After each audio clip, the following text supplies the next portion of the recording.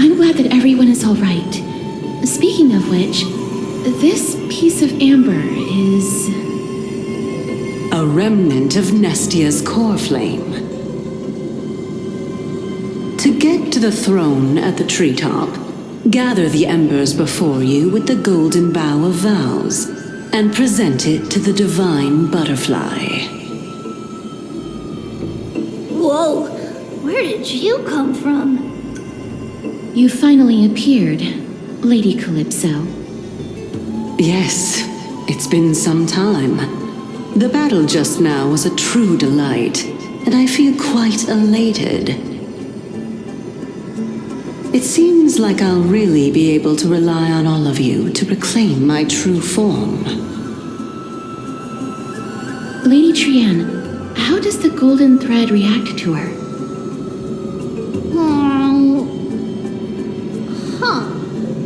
There's no reaction at all. Obviously. After all, the fragment that you picked up just now is completely unrelated to me.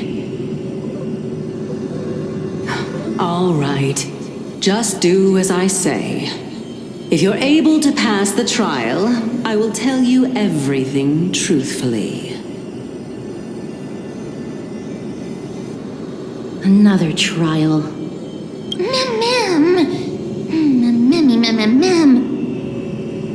But we have to go to the treetop to find Nax anyway, right? I've got a hunch. Come, let's collect the embers and go confront her.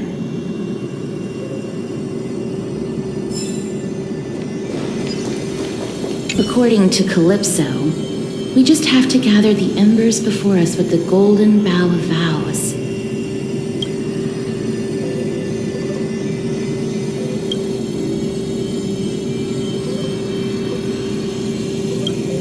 How incredible.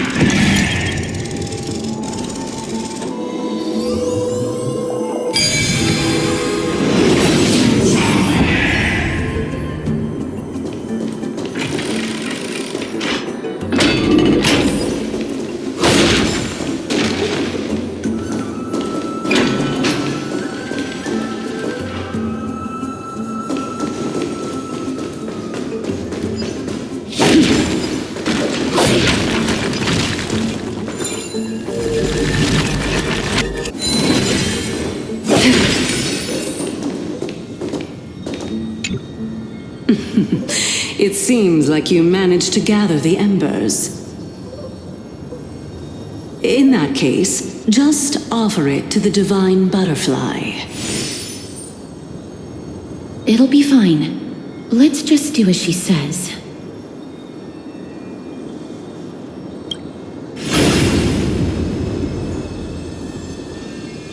It's a success! Path has appeared! All of you have indeed passed the trial.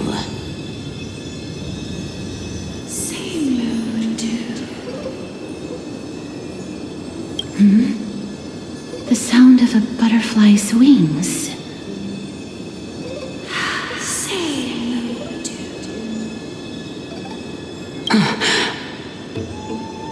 I'll be back shortly.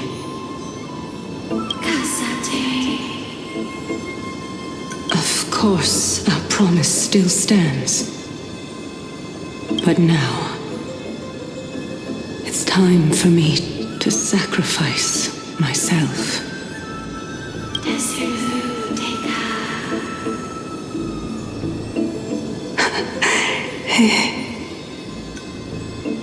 If the west wind ever ends, let that be the place where we reunite. Farewell, my love. Lady Calypso, this is...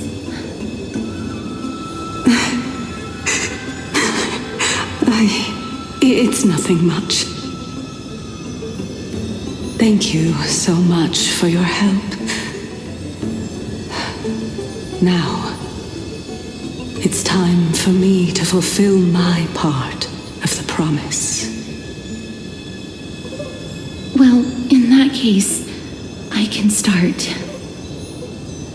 You're actually Circe's, right?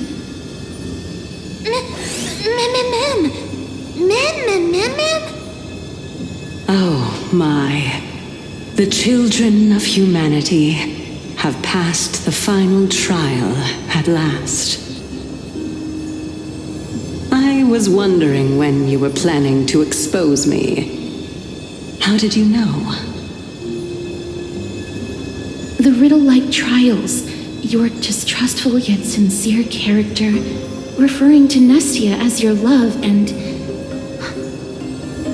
The head of the Lithophagus is actually called Medea, and not Calypso. Since you knew from the start that I was not who I said I was, why did you wait until now to expose me? Because I did not believe that Circe's would walk this world in a human form. I was also afraid that the Titans were under the control of the Black Tide, and would do us harm. Also, to make a claim, one must have evidence. This is the precious knowledge that I acquired during my time at the Grove. Excellent. To think we were able to gain a new chance at life in the midst of death. Fate truly is a mysterious thing. Well, shouldn't you also tell us why you went through all the trouble of setting up these riddles? Oh, the reason's quite simple. I needed your help, and just like how you were wary of me, I had to ensure that you were not villains who were trying to get their hands on the core flame. I also had to ascertain that you were capable of dealing with the threat at hand. Is this threat related to the Black Tide? Indeed, and it's even more related to that lost item from before. Its owner is a quiet and paranoid hunter who seems to have been reborn from the Black Tide and is attacking along with it. As I could not do anything about him, I split my body up and escaped to avoid harm. I bided my time for a chance to seek assistance. Unfortunately, this was not a sustainable long-term plan. What you mean is that you hid your own core flame? Indeed.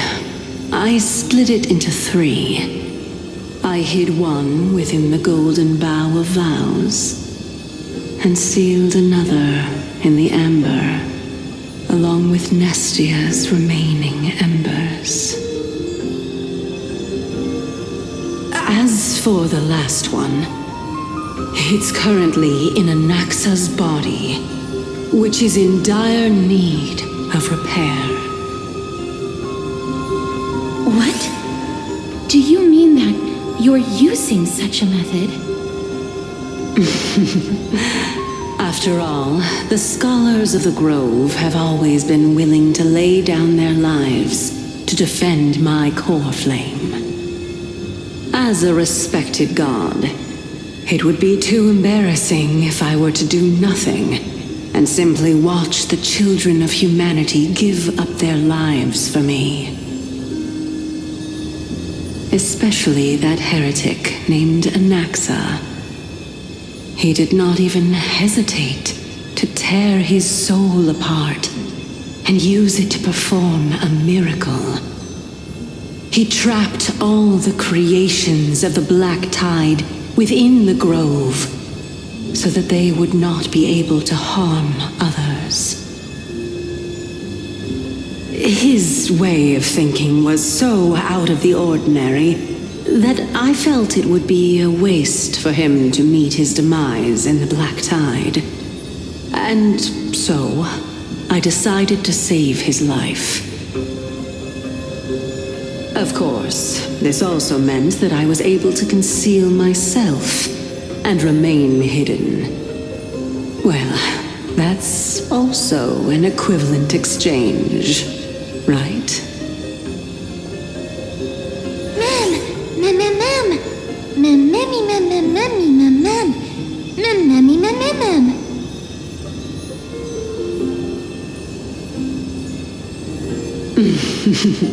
What a smart little bunny.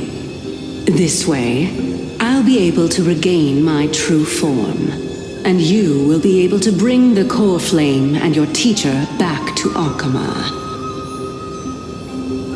We'll also take down the black-robed swordmaster at the throne, together in one go. But, Cersei's, aren't you the reason, Titan? Even if I do not have the authority of strife, I'm still a god. I just need you to buy me some time against the warrior's blade. Once the core flame is reformed, I'll be able to show my hand.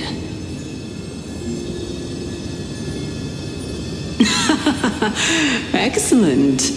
Then just continue climbing to reach my throne.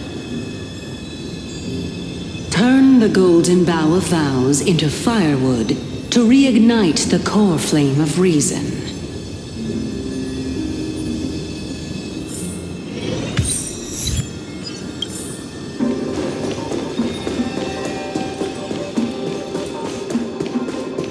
I'll leave it to you, children of humanity.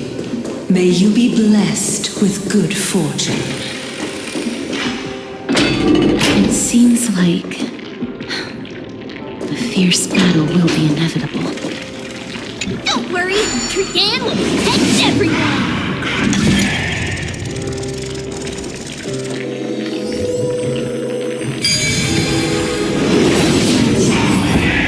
Ahead lies the Luminary Throne. And also, the battlefield that we're about to step onto.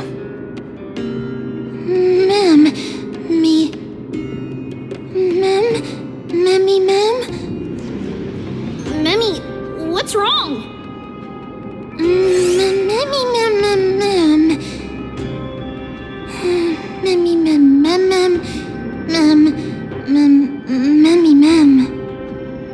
Is this Professor Anaxa?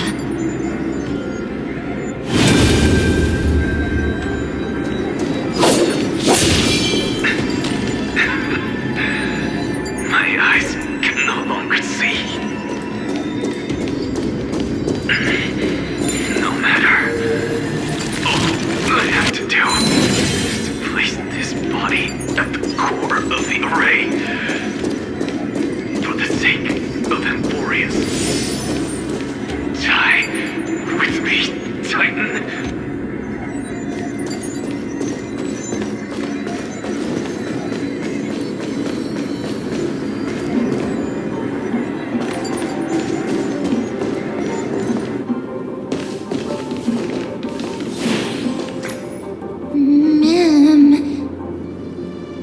Cersei's was right.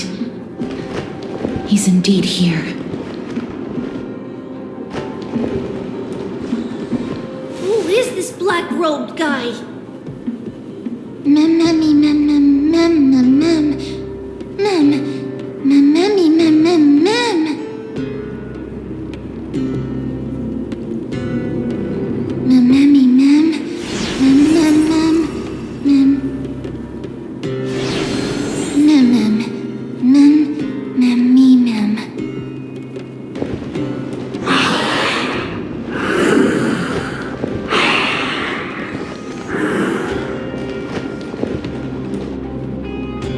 Everyone, brace yourself.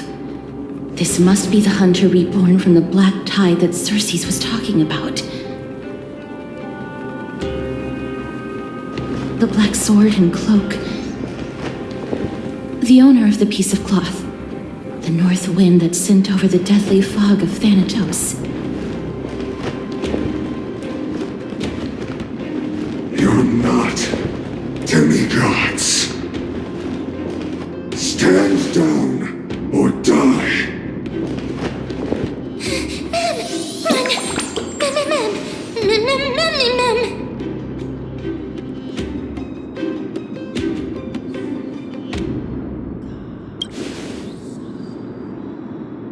That's right.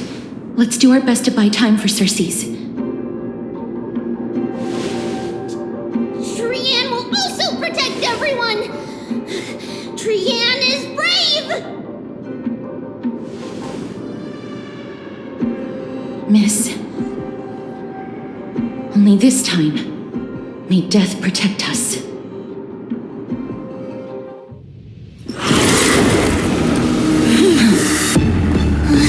Be careful. One slash. Two slashes.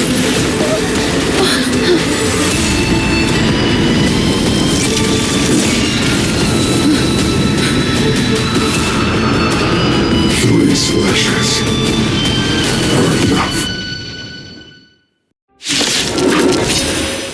Who exactly are you? I'm okay.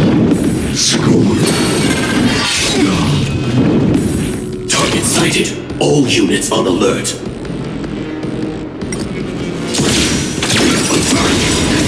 Just in time. Just a little something. A thousand thanks, benefactor. Firefly killed everything! Burn to ashes! Firefly, Have we met? Unite our goals. Dreams of a past life. Let us dance once more. Destined for oblivion. I weep for the departed. It is your fault.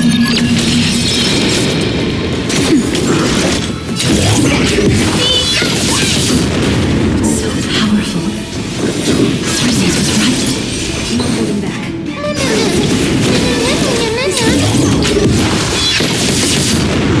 Free will, or was it? Return to the recalibrating! offer your souls to the fire. Not good.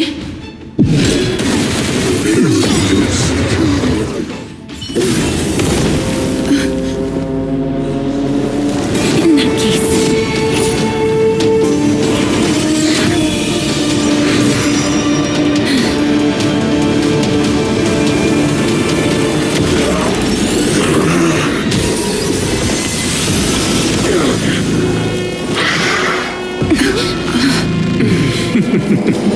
Can't be killed in a single blow. You are indeed no ordinary human.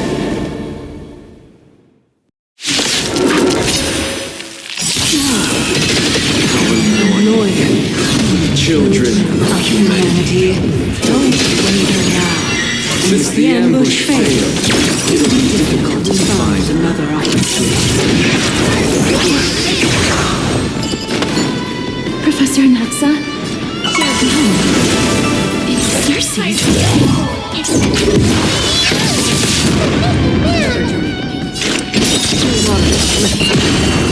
I weep for the departed. It is your fault. I'm Greshot. Not Just a little something. A thousand thanks, benefactor. Attack detected! I have to be overwhelmed. Fighting is so much more time. Free will, oblivion. This world return to the great tree. Cloud scattered. Naughty child.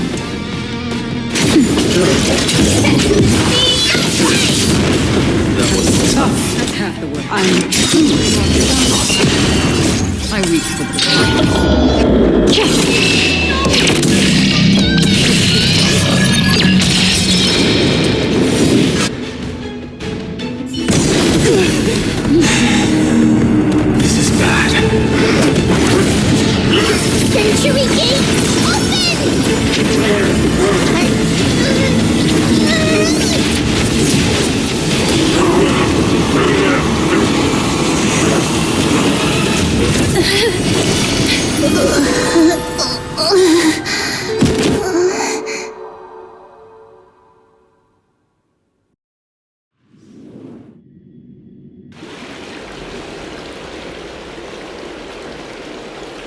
Phew. That was a close call. Thank goodness that we returned to Akama unharmed.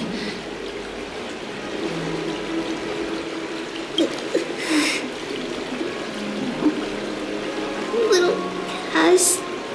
My head. It still hurts. Sorry. I know you told me not to open the gate. Please don't blame yourself, Lady Trianne. If it weren't for you, we would have already met our end at the Grove. I feel awful. I need to go back to get some rest. Lady Trianne, you haven't been well since you woke up. Are you sure you can make it back on your own? All this noise and commotion. Akama hasn't changed a bit, has it? Are you Professor Anaxa? There's no need for doubt. The Titan no longer speaks. It is I, Anaxagoras of the New Sporists. Indeed. You are the only one who would refer to yourself like that. Professor, let me be frank.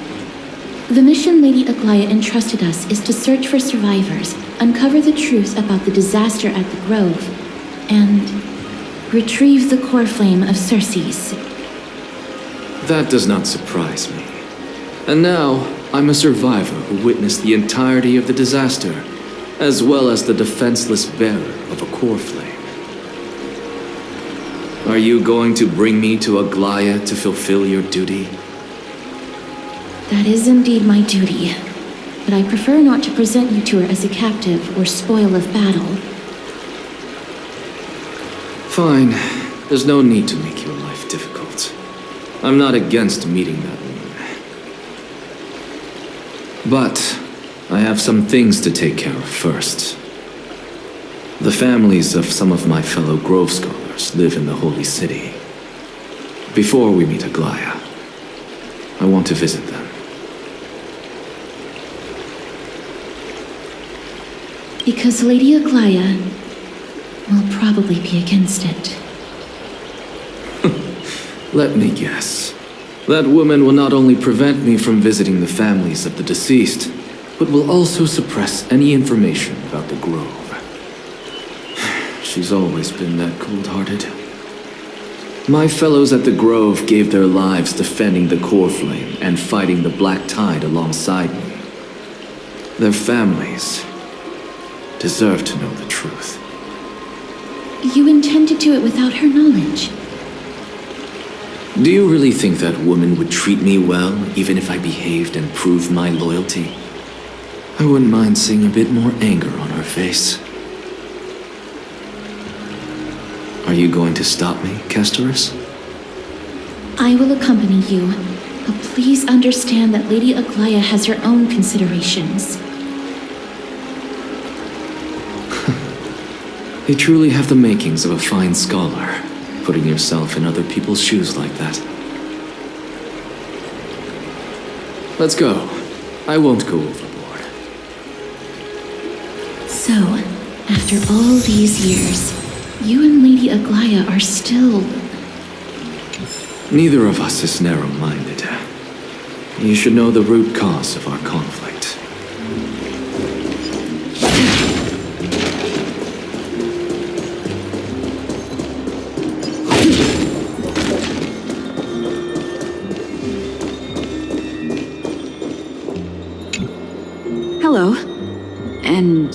are? Hello. If I'm not mistaken, you are Kalinicus's wife, right? Yes. Oh, are you a messenger? No wonder I haven't heard any news for so long. There's been a change in personnel, hasn't there? Ma'am, Kalinicus passed away a few days ago, defending the Grove against the Black Tide.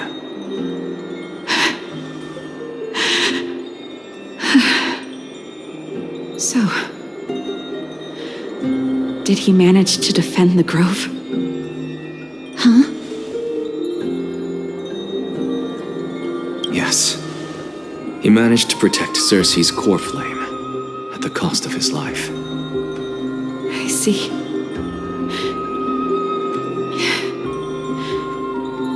I'll select some of his possessions and pick a nice resting place for him.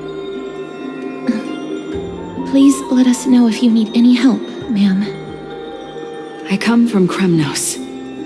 Death and sacrifice are things I've learned to face with composure.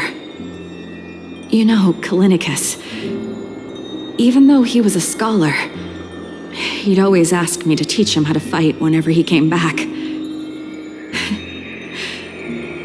Isn't it funny that a Chrysos heir like him wants to learn from an ordinary person like me? I've been prepared for this for a long time.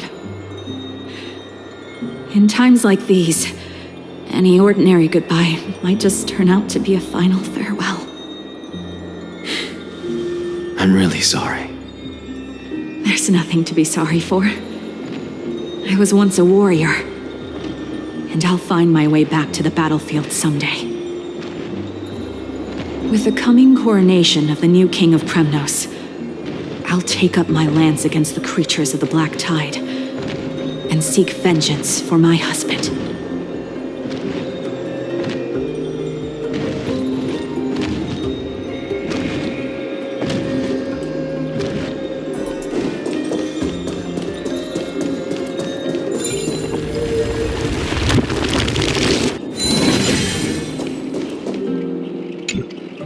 Oh, hello, young ones.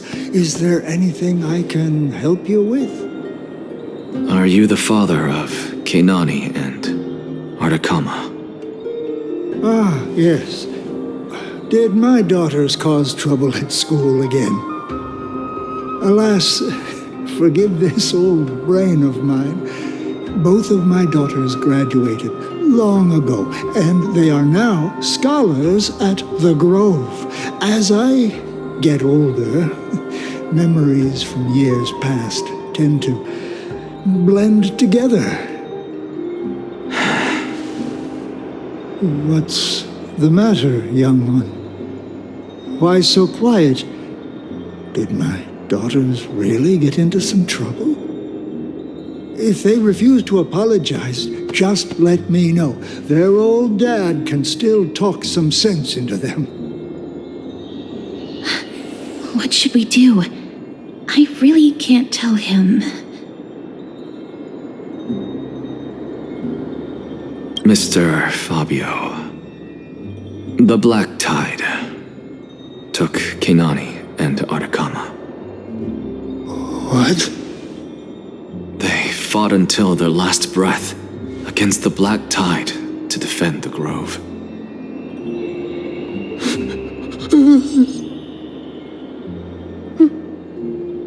As the Chrysos heir stationed at the Grove, I failed to protect them. Mr. Fabio, if you're upset... Don't put it that way. Even if my Artakama wasn't one of the Chrysos heirs mentioned in the prophecy, she was still a heroine, wasn't she?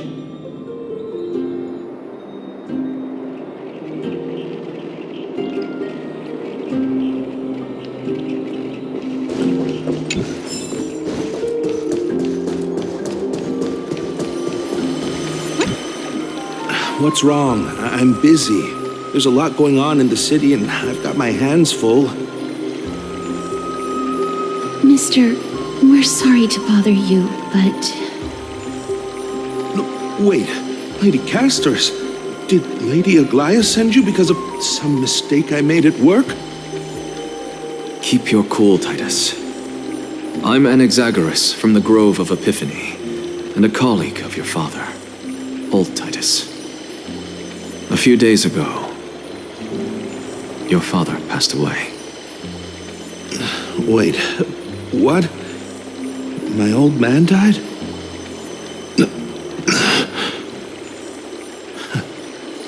That's no shocker.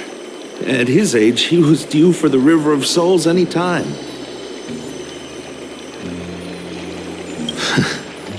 Just up and left me behind. That old man.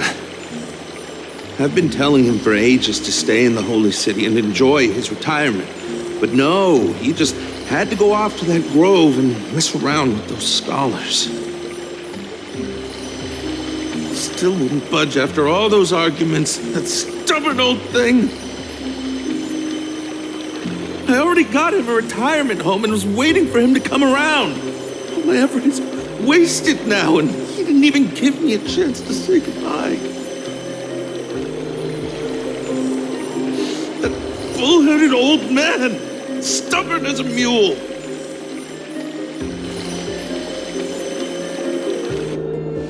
That is it. That's all the colleagues' families that I remember. Good work, Miss. And Professor Anaxa. Let's go. Take me to see Aglaia. All right. I'll lead the way.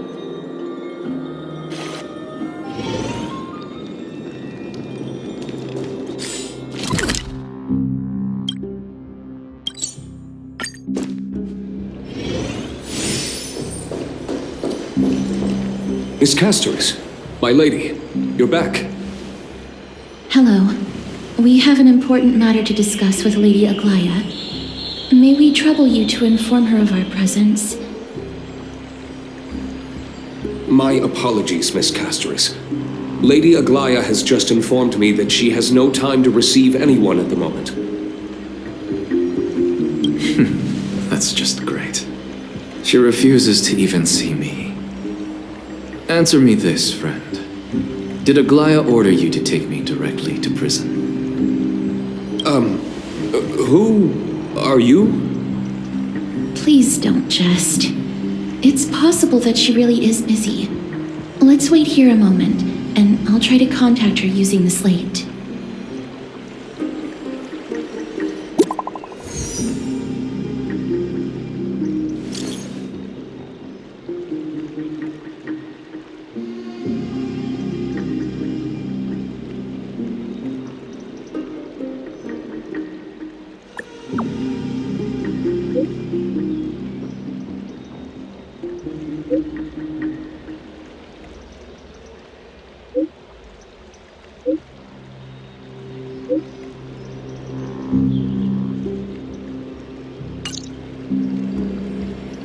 It's fortunate we don't have to confront that woman while I'm hauling around this sick body. Castorus, and this friend I haven't gotten the chance to know, I'll take my leave for today. That Titan made a myriad of adjustments on their own. My head still aches from that. I don't want to stay a second longer in this noisy city if I can. Please be careful. Akama isn't the Grove. This place is covered by her golden threads. I know. That woman is extremely confident I won't escape her grasp. Don't worry. As I said before, I'll mind my behavior. Miss, so many unexpected things happened on our journey to the Grove. We truly had no intention of putting you in danger, let alone face the Black Tide head-on.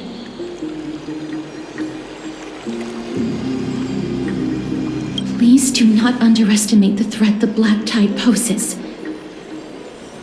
The Black Tide is not just an enemy of Akama, but all of Amphorius. that when the forces of strife coveted the Holy City, their warriors still undeniably halted the Black Tide outside Castrum Kremnos. Nigador's core flame now sits vacant, and the Black Tide has returned. The Grove is an academic city with the best understanding of the Black Tide. It shouldn't have fallen so easily, and yet it was taken overnight, leaving the city in blood and tears, haunted by the spirits of departed heroes. The trial of strife is imminent. I pray Mighty will be able to steel his resolve soon. Lady Trebe once traveled across thousands of cities in Amphorius to repel the Black Tide.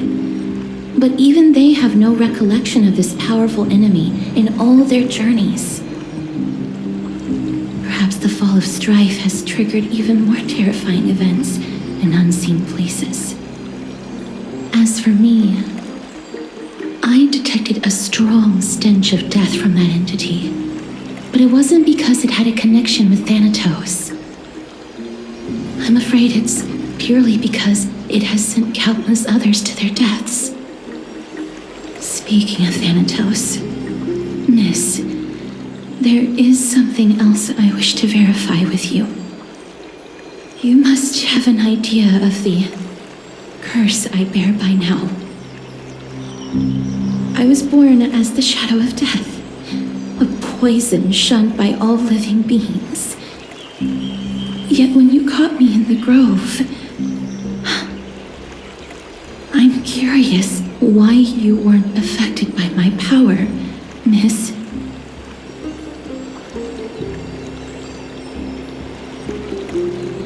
My apologies for the abrupt question. For all my life, I've always wondered, what is my connection to death? And why am I inextricably linked to Thanatos? Miss, you must be tired after being on the move these past few days. Please set aside the tragedy at the Grove for now, and rest for the day.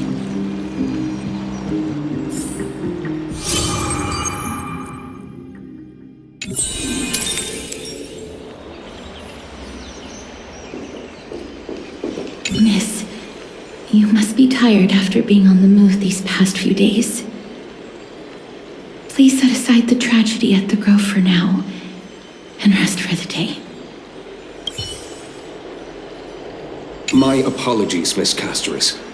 Lady Aglaya has just informed me that she has no time to receive anyone at the moment.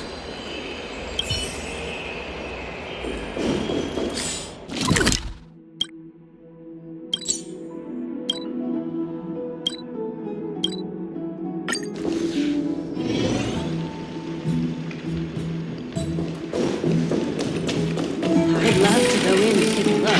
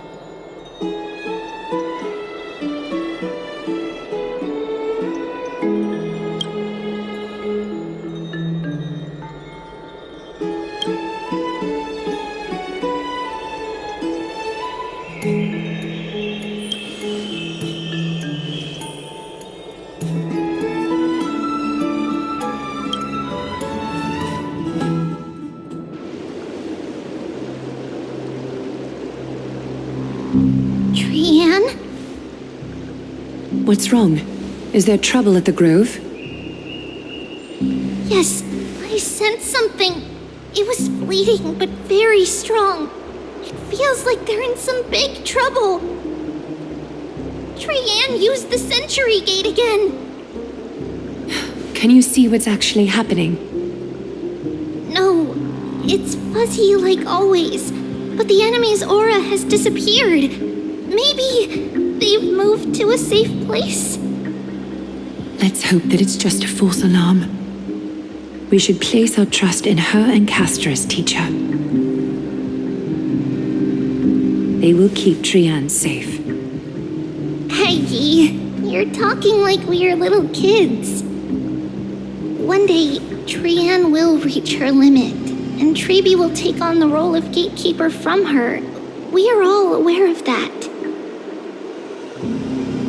I am just a little concerned about her state of mind.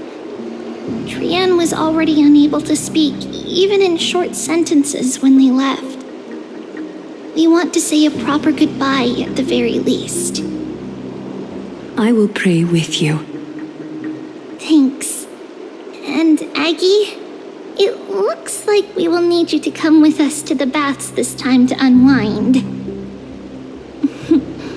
It feels like neither of us have laughed for a long while.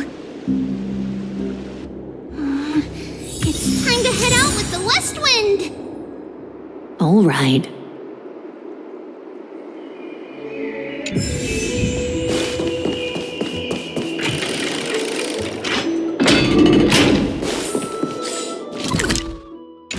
Here's really hot and heavy. Has it always been like this? Is someone...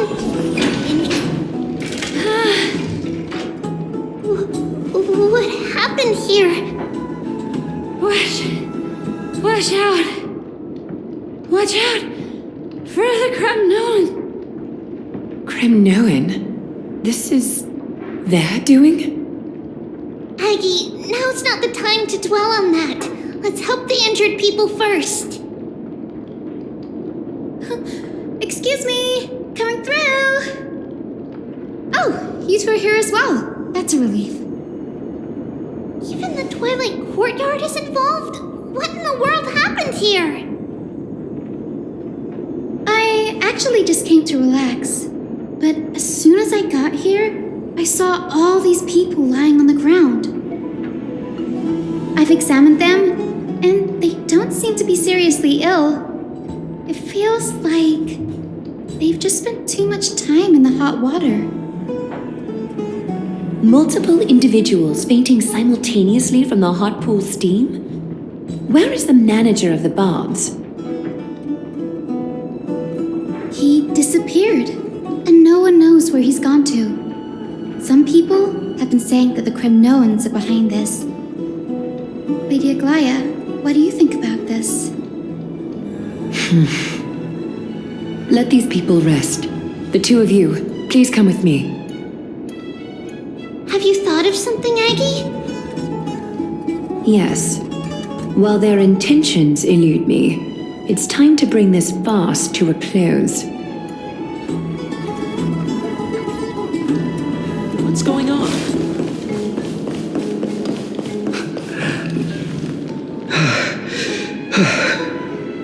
Snowy! Even Snowy!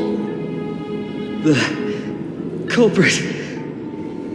culprit is Mightimos. Dee! What did you do to everybody? It's just another duel where I claimed victory. Duel? As I expected. On the surface, these two are the mightiest warriors in the Holy City, but they're still impulsive youths at heart.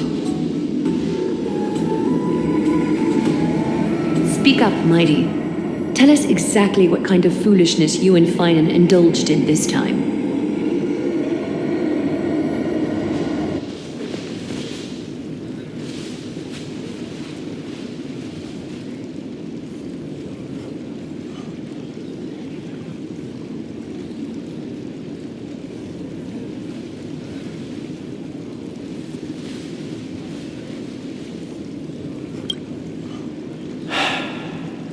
No, none of those sound right.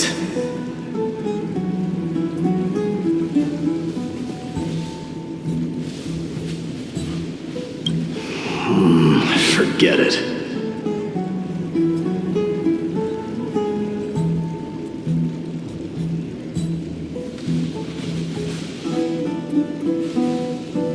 Am I seeing things? Is the magnificent deliverer finally deigning to step outside?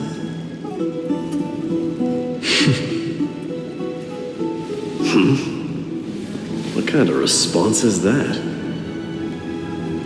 Nothing. I was just imitating your usual response. I don't feel anything special from you. Have you passed the demigod trial? The ritual hasn't reopened yet. In case you forgot, it hasn't been that long since I pulled you out of the trial. I didn't forget. Then, you're welcome. In twilight's last gleam, Makima stands bold. Her walls sturdy, tales untold. Dreaming of her fruitful gardens, pilgrims arrive from distant lands. Figs and olives, oh so grand. Yet little do they know that they will step into flames, fuel to the fire, a burning brand. What are you playing at this time? I just felt like reciting a few lines of poetry. Surely the Crown Prince of Kremnos knows how to appreciate poetry, right? Kremnoans steer clear of such weak literature. But my library doesn't lack collections of this kind. These lines express the poet's yearning for their home, just as Akama is distant from many people's homes. I know how to interpret poetry, Haikis. There's no point in pretending to be profound, my friend. Thank you for helping me out when I was in a tight spot, but it seems to me that you aren't prepared for the trial either. Don't compare your situation with mine. My people are still relying on me. I can't ascend to godhood on my own without first resolving their issues. So, are you suggesting that you, the mighty Mightimos, and the heir to the throne of Kremnos, wish to defy tradition that has endured among your people for millennia?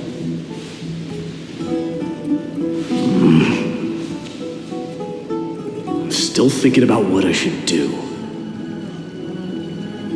Never mind. It's probably not my place to offer you counsel. An idea does strike me, though. Go ahead. Let's see what terrible ideas you've come up with this time. Maybe we both need to relieve some stress. Come, Mightimos, let's recommence our previous competition. This time, we'll see who can stay in the super hot bath for longer.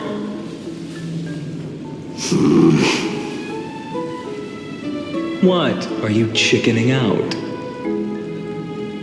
The phrase chickening out does not exist in the Kremnoan language.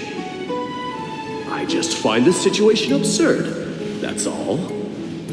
All-knowing historian, are you not aware that we Kremnoans use boiling water from sword forging for our baths? Looks like I'll have to teach you some royal etiquette today. And thus, an unprecedented sauna battle commences! With unparalleled resolve, the two warriors' determination even alters the very hue of the steam. Flames intertwine with scalding vapor, reaching toward the heavens, shrouding the sky and the sun. The spectacle is so magnificent that none dare gaze upon it directly. Since we can't see what's happening in the competition, why don't I regale you with a tale of kings to pass the time? Do you recall the legend of the Gorgo lion shrine mentioned by a certain veteran? The central figure, the main character, was not the sole sovereign of that land. An Oryx stood as its formidable rival. Long before the dawn of Erechrysia, the two beasts started their timeless battle on the plains of Tritos. The lion regarded the Oryx as its food, while the Oryx perceived the lion as a scornful, oppressive, and challenging barrier that it swore to topple with its antlers. For tens of thousands of years, without respite, the two creatures thus continued their relentless pursuit and rivalry.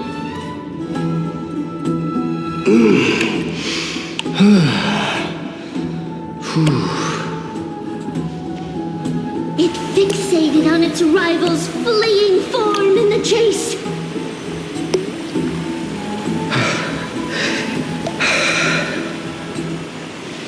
It set its sights on the other's neck, nearly within reach.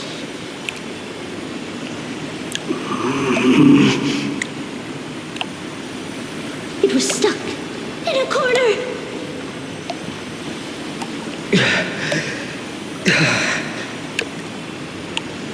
It had nowhere to escape. On the land of Amphorius, some lives meet their end at dusk, some at dawn, and yet others are fated to perish under the blistering sun at noon. And at last, the most scorching moment of the day descended upon them. The formidable hand of fate heeded their call and arrived! My lords, would you like me to reduce the temperature a little?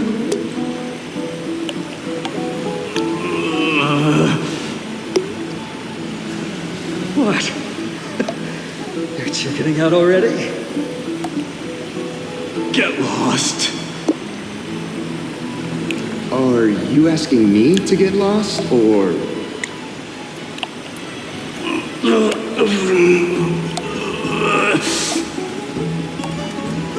Do whatever you want. Oh, please, forgive my presumptuousness, my lords.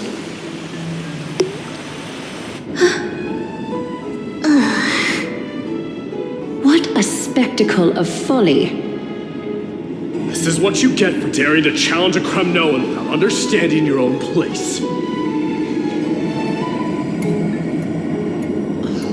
What I'm saying is, your little game dragged down quite a few innocent souls alongside you. You will personally escort back home the customers left awestruck by our formidable presence. This isn't fair. You are wearing way less than I am. Is this the latest trend now? Getting into the baths while dressed in full armor? Don't look at me like that. It was he who challenged me. There is no word for flee in the Kremnoan language. Very well. Let us bring this farce to a close, shall we? Warriors, it's time to get moving.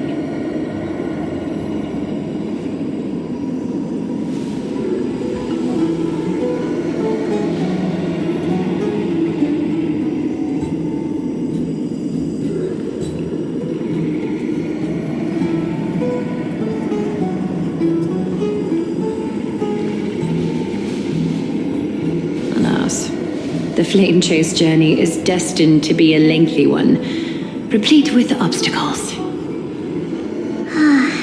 But thanks to those two, all the gloom has vanished into thin air. Oh, we just had quite the commotion. It's not every day we find the Marmoreal Palace this serene. Shall we continue with our previous plans? Hyacinth, would you care to join us? Such Such an empty bath is indeed a rare sight. I was looking forward to unwinding after work. I'd be delighted to accept your invitation, Lady Treeby. How about we go to the biggest bath?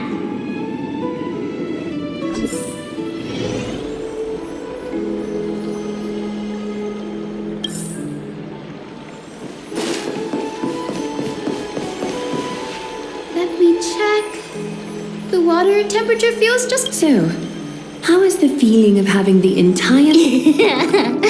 It's so good. But, Lady Treeby, aren't you going to soak in the bath with us?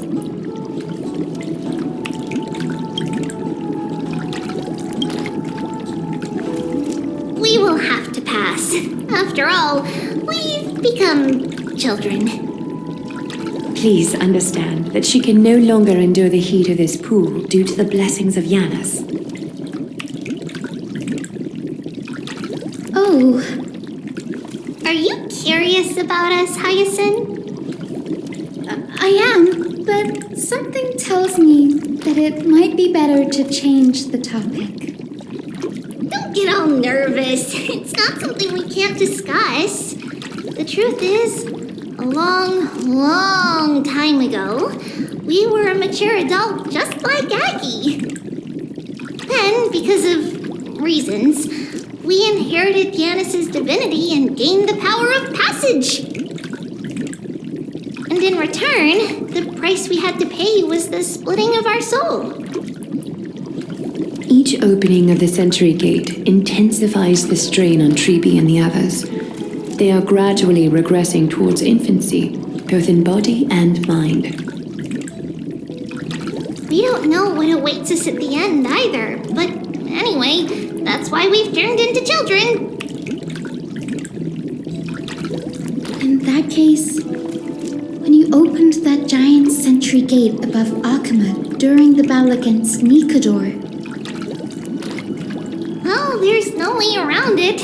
We all know that the flame chase journey won't be a smooth ride.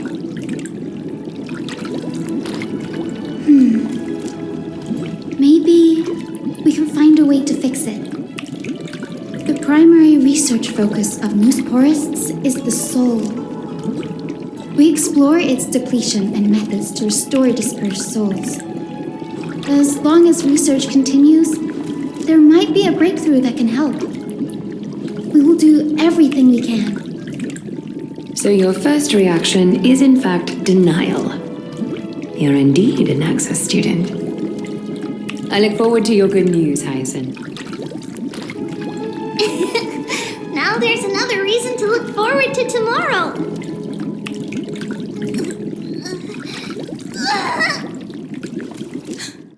Lady Treeby, what's wrong?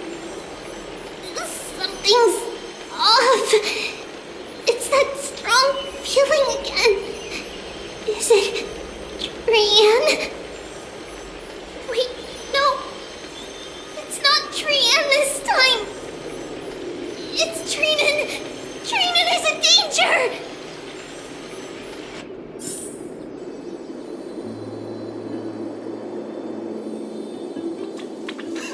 I win this round of escorting the bathers home. How does one contender alone make a valid competition? Offering a compliment or two wouldn't be the end of you, you know.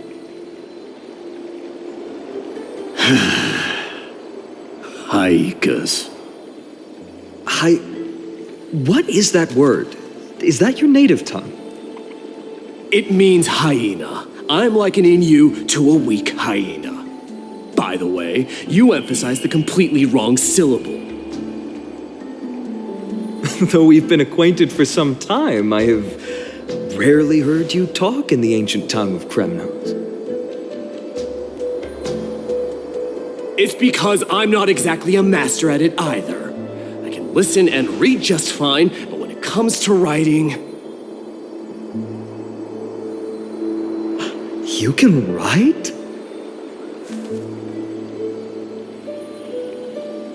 You speak as if you don't have a brain. That was in jest. I understand. After all, you spent all your childhood wandering far from home. Worry about yourself first, Deliverer. You also never mention your hometown, apart from when you need to introduce yourself.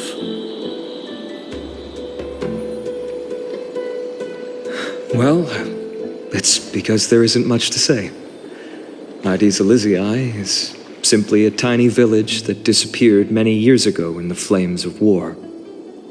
The only times I get to see it are in my dreams, and in the trial from the Lance of Fury.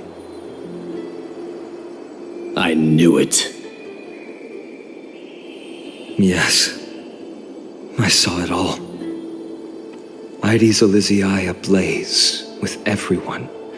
My family, friends, and my kin, lying in a sea of flames. A blood-red half-sun hung in the sky, just like on that day. And before my eyes, that murderer killed Cyrene. But I saw its form this time. A black cloak, an eerie mask, and a broken giant sword that carried an ominous aura. I fought it in the trial. But even though I've been fighting, improving, and resolutely getting stronger all this time, I still couldn't defeat it. You were blinded by hatred and almost lost yourself in that trial. That's right.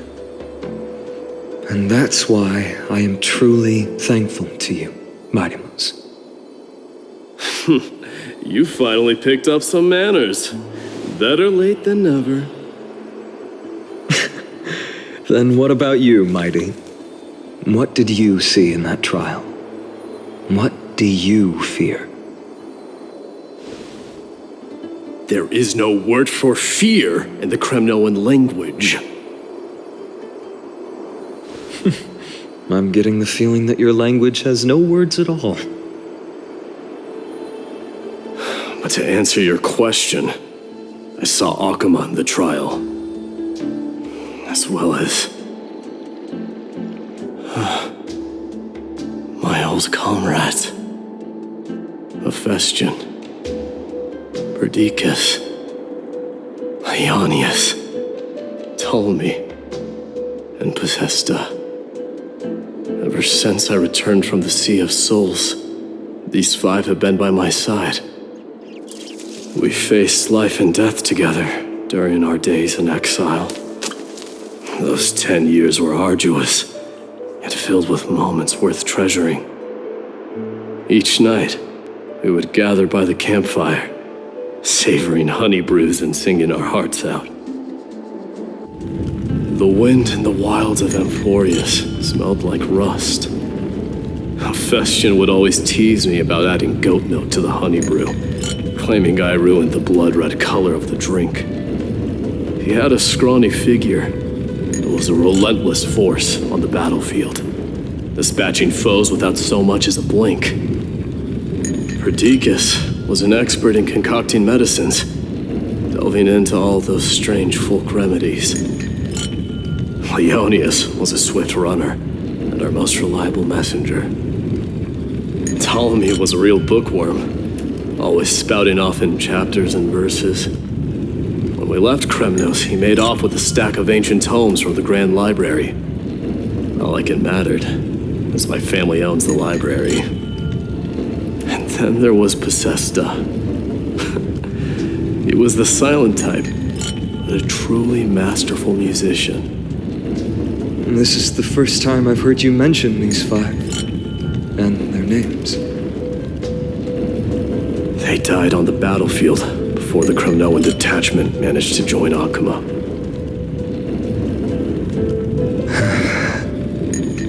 Perdiccas was the first to go. He was shot in the stomach by a poisonous arrow from the people of Ladon in the second month of cultivation. In the end, The remedies mended all but himself. Mightimos, do not mourn. I have achieved honor by bestowing a noble death upon the enemy. Leonius died in the 5th winter. Idonia's snowstorm lasted 3 full months. On the night of the fiercest storm, our foes launched their assault. Idonia. Is that the city Castorus used to live in? Yes. Those zealots were as fearless as Kremnoans in the face of death, but they lacked respect for honor. They cornered us in a bottomless swamp. Leonius covered for our retreat. They cut his legs off. He vanished into the mire of a foreign land, his body never to be recovered. This is perfect. Mightimos, I can finally deliver the news of you ascending the throne to the Nether Realm. 20 dusks later, we finally breached the walls of Idonia and entertained the usurper's plea for peace. However, the rebels refused to surrender and set up an ambush within the city. Ptolemy and his cavalry met their end before they could even relish our triumph. Those obelisks that collapsed after being set on fire became their final resting place. Mightimos, please tell my family. It was not cunning schemes that vanquished Ptolemy, but the immense weight of Amphorius' entire history. Then, it was Pacesta. He lured the enemies into the city of Aenionis with his melodies, buying us invaluable time. Our enemies, consumed by indignation when they discovered the trick, set the entire city and my soldiers on fire. His final words were recorded on a small clay tablet, fractured by the flames. Mightimos, don the crown. And at last, my most trusted friend, Hephaestion. He was supposed to stand by my side through it all. But a sudden relapse of his illness hit him on the eve of my duel against my father. He hid his condition from me. By the time I returned victorious, he had but a breath left in him. A Kremnoan dying on a sick bed. I would be a laughingstock to everyone. Hephaestion, my dear friend, spare your strength. I'll go get a physician. No need. Even if Perdiccas were here, he couldn't stop destiny from taking me away. No! None can take you away.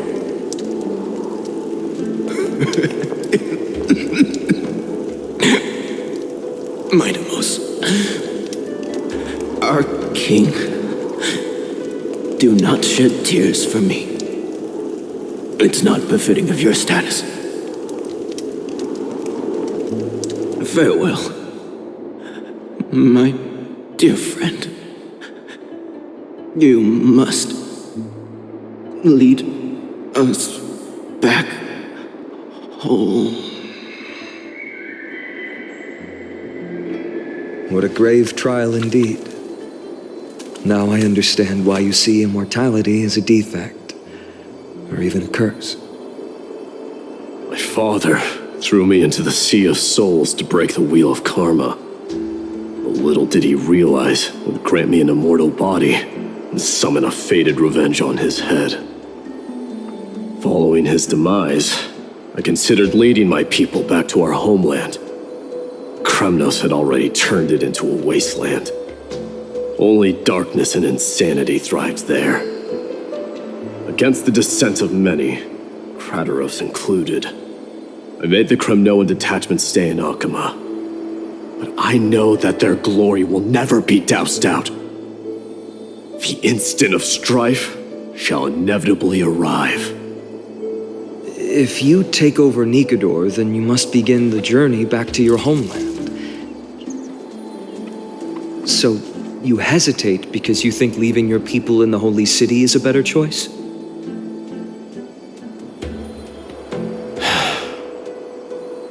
I don't know. But I have never been crowned.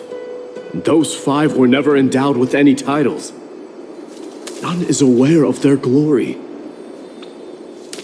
Your predicament is truly complicated. I don't know how I can give you any useful advice. Maybe you could seek counsel from more people, such as the Grand Craftsman. Cartonis' people seem to have been through comparable dilemmas. And that teacher of yours, Krateros? We've got a big problem! Big problem! Lady Triby, what's making you so flustered? Hurry up and go save Trinan! She got abducted by Krateros! Krateros! What's going on? Mighty-Mos. It seems I was the one who exposed my vulnerabilities first. Aglaya, I demand an explanation. This man abducted Trinan by force and forced her to bring him to the vortex of Genesis. He then brazenly stepped into the trial of the Lance of Fury, and naturally failed. Is she telling the truth? Why did you do that? Because I don't want to wait anymore. Your hesitation made me desperate. If you want to run away from your destiny to become king, then keep running. Someone will eventually stand up and fill in the gap left by strife. Then they will lead our people home. Age has blinded you, teacher. Can't you see that I'm hesitating because of this very recklessness seared into your blood? Krateros, do you truly believe you're worthy of entering the trial? To blaspheme against the prophecy? Does the mission we Chrysos heirs bear seem like child's play to you? Do you know how the Kremnoans see you, Aglaya? You're a hypocrite and a megalomaniac. The prophecy of Genesis and the flame-chased journey are just excuses for you to seize power. Silence, Krateros. Do you even know what you're saying? Are you defending this woman, Mighty-Mos? How many wars did people start because of her and her so-called prophecy? How many cities fell in the past millennium, their people massacring each other? Even if this so-called Genesis really exists, will there be a place for the Kremnoans in that new world?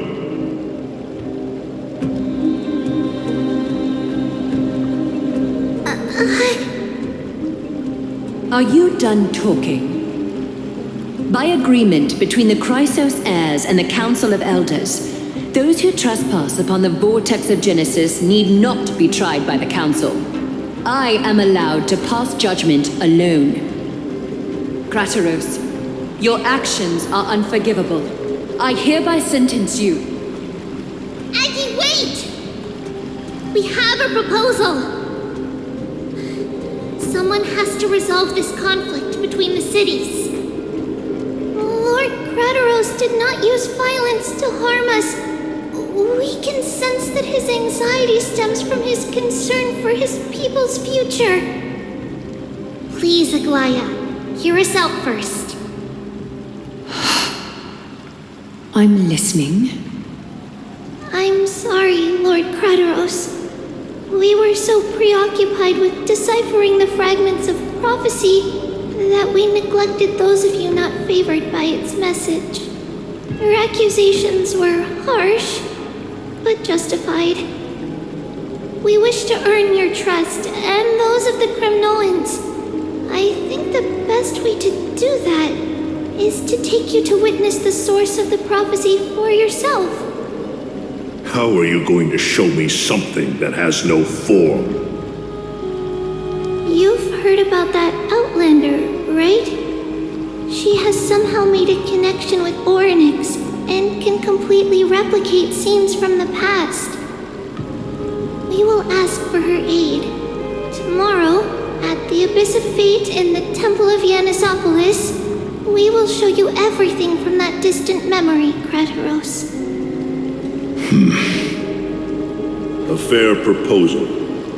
I accept. Until then, you will be stripped of your freedom. That is my one condition, and I will brook no argument.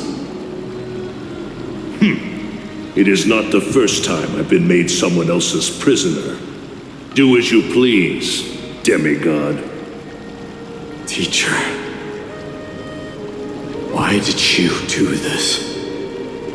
Forgive me, young master, but I just cannot wait any longer. Ever since your father died, our people and I have been waiting for a day to revive Kremnos. We placed all of our hopes in you, but never received an answer. This obsession for returning home has become a sickness for our people.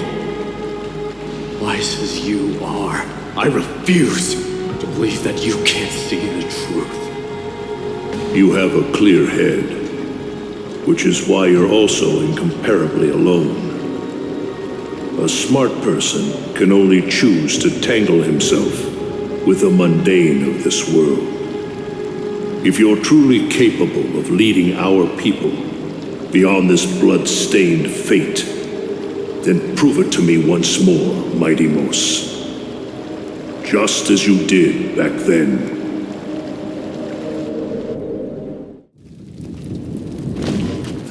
A fierce fighter. I did not expect such heroism from a feeble Acheman. Fulfill your duty as the victor, warrior, and tell me your name. I seek an honorable death from you. As if you have any honor!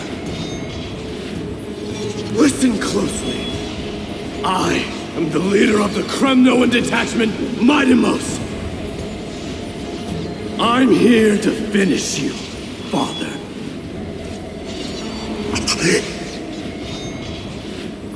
It is you, the beast spurned by all. So you did defy death. The prophecy was true. You will bring an end to my Kremnoan dynasty. Defy? You're wrong. Death fears me. It's the reason I have this body of steel. As for you, you already stand at death's door, Father. You were the one who threw me into the Sea of Souls. The one who tried in vain to enslave a Titan. And the one who desecrated the body of a god. Haikis! You're a weak king. So weak that even the lowliest hyena is a more noble existence than you. And now, fate's reckoning is upon you. Then swing your blade. Take my crown. Coronate yourself with an old king's blood and inherit it all. Become the new rightful king of Kremnos. No. I don't want the crown. Listen. There's only one end for the kings of Kremnos. then the crown means nothing to me. All I want is your life, to avenge Mother and my comrades. But the walls of Kremnos will not fall with me. Do you truly think you can escape fate's grasp, my son? You and I, we're both the same. We feast on strife and fear. Now, kill me! The son of Borgo is destined to be crowned in blood!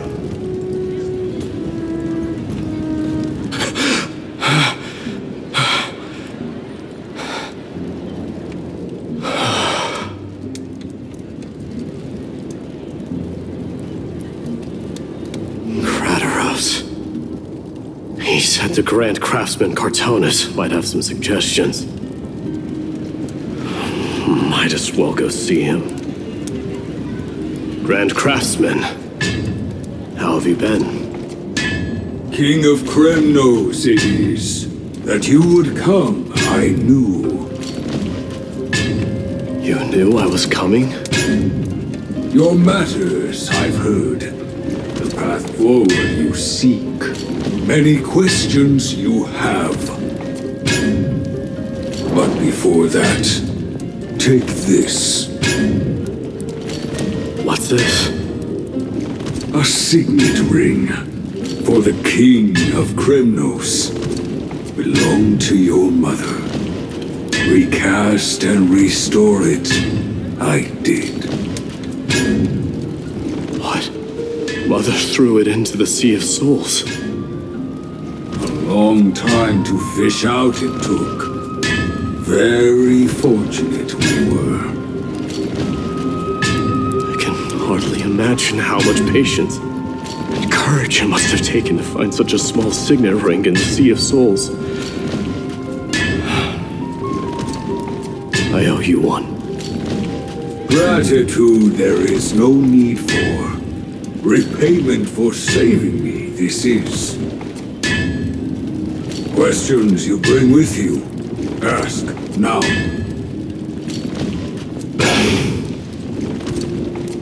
Fate I've always denied has finally caught up to me. By all rights, I should accept Strife's authority. It would make everyone happy. The Chrysos heirs, the Council of Elders, the Kremnoans, even the bards who will write it all into song. Yet hesitate still you do. Hesitate, why do you, young king? Because of my people. Be they men, women, the elderly, or children. The hearts of all Kremnoans yearn for home. They've all been waiting for this day, for the day their king returns. Children of Strife would then be able to go home and embrace the old traditions. Never mind that most of them have only ever been heard in these so-called traditions and song. They would then gather around their king and throw themselves into battle. This is not a good thing, you believe. The Kremnoans have been trapped in a cycle of bloodshed for the past 1,000 years. They seek vengeance, start wars, become prosperous, and decline. How much innocent blood flowed into the River of Souls in all those years? How many needless sacrifices could we have avoided? I accept that fate and become the totem of strife that lead my people into repeating the same mistakes. Then of course I would be terrified. I'd be terrified of becoming king. A different kind of Kremnoan you truly are.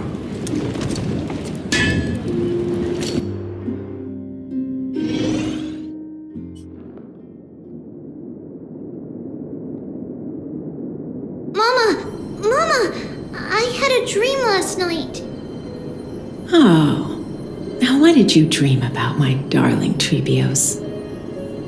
I had a dream that I turned into many me's. Then we made the moon into a ship and made the stars into our sails.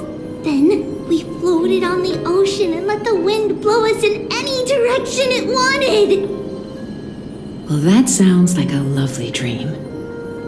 Yeah! The ocean and the sky were really, really dark. But there were so many of me that I wasn't scared at all because we'd all sing together. The ocean wind blew us onto an island where the wind tasted like flowers. There were bleating sheep and chirping birds inviting us to be their guests. There were so many animals on the island, but none of them ever fought. Giannis's holy maidens can receive guidance from the god of passages. Perhaps what you saw in your dream is a divine land somewhere in Amphorius. You think so? What's wrong, Trebios? You look unhappy. Because on that same island, I saw a dark mountain on the other side of the ocean. And it was very, very tall. The mountain looked alive, and it kept getting closer to the island. Then I realized it wasn't a mountain, but a very, very tall wave made of water. When the wave smashed against the island, it looked like it was going to eat the island up.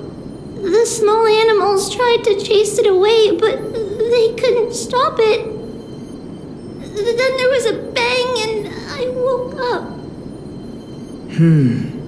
A dark wave.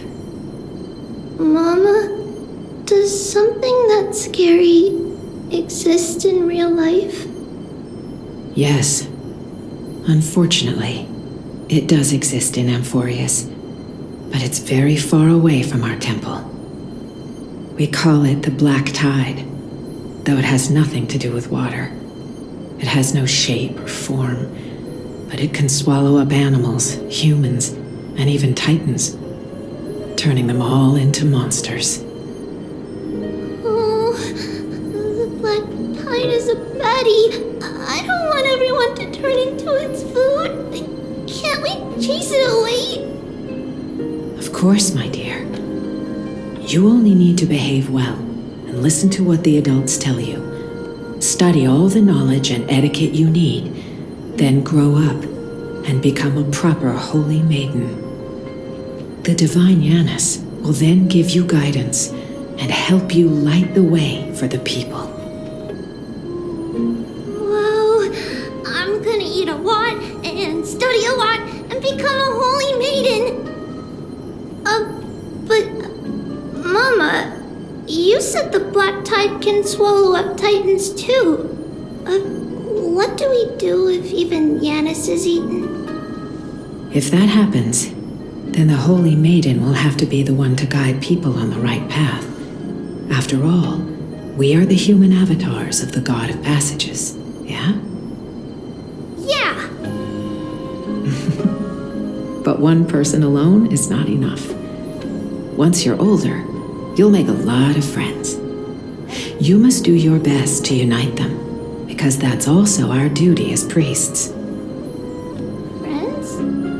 Are they also like me and Mama with pretty red hair?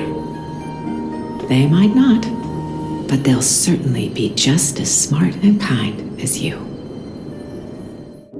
Mama? Am I dreaming?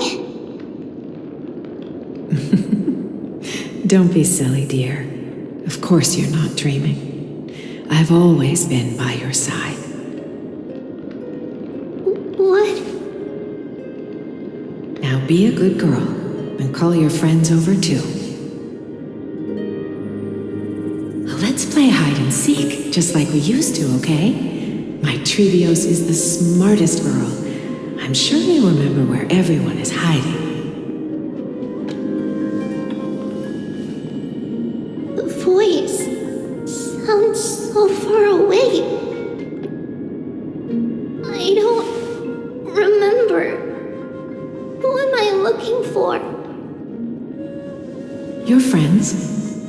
chase the black tide away alongside you, of course.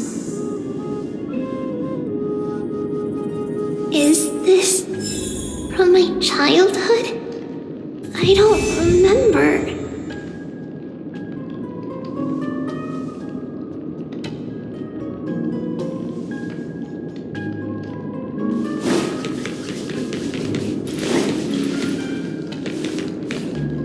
It's packed full. All the words are... Bad chest! You can't lock me away! Huh? Why is this doll inside a chest? It's holding a sword.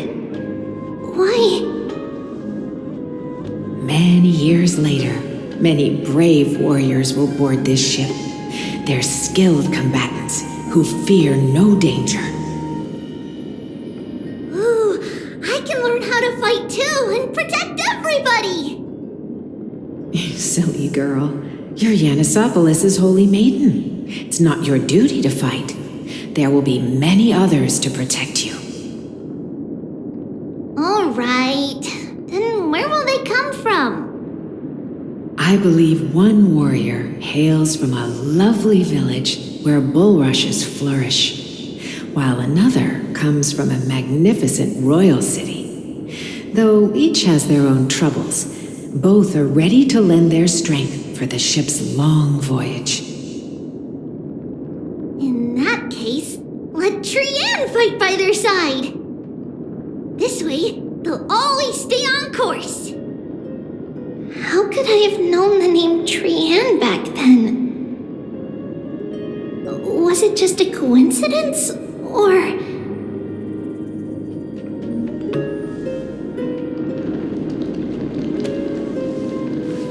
Learning can... When navigating at sea, you need to know both astronomy and geography. Isn't Yanis's knowledge enough? Oh, sweetie. The ocean isn't like the land. It's easy to get lost. That's why it's important to learn to recognize the miracle of Aquila. Alright! Even though my brain is already super duper smart, I'll still try my very best! Circe also favors children who try their best.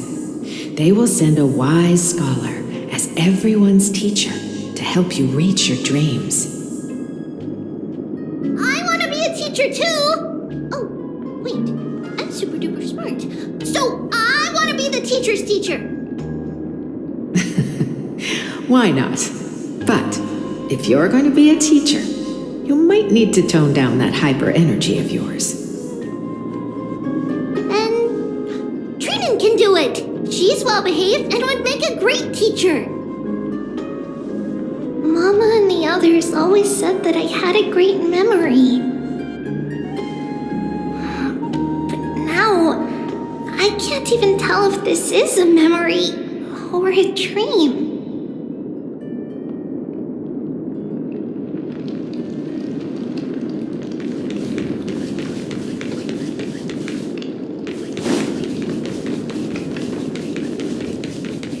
Use the spindle. There will be an amazing captain on that big ship. She's cheerful, optimistic, bold, and cautious. She'll be able to get everyone together. Wow, that's amazing! Can I be the captain? Of course you can. But you'll find someone else who's better for the job, my dear. I think that person lives in a beautiful temple that sits atop a hillside covered in golden fig trees. There's a noble girl there who's very smart, but also very delicate. Just like Mama? Perhaps. But before we find the captain, the ship also needs someone who can navigate it. Who could that be? Let me think. I know! She's Trivy! I named this doll after at all. Is this a dream or something that happened in the past? Come, let's line them up.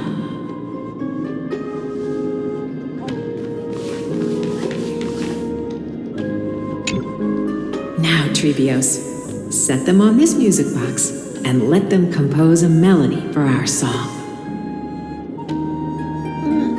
Music box? What's that? Sweetheart, are you still groggy from your nap? You invented it.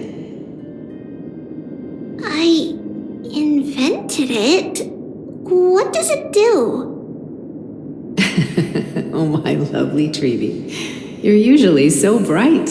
What's gotten into you today? Well, you might as well see for yourself. Put your good friends on it and see the wonders it can do. Put the dolls on.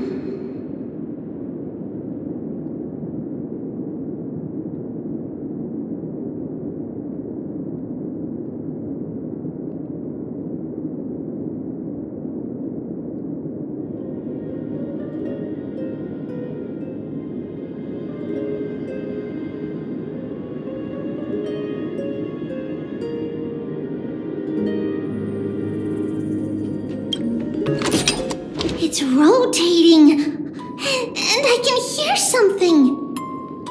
That's right. It's a music box. If you place the dolls in the right spots, it will start rotating and play beautiful music. Out of all your inventions, this one is my favorite.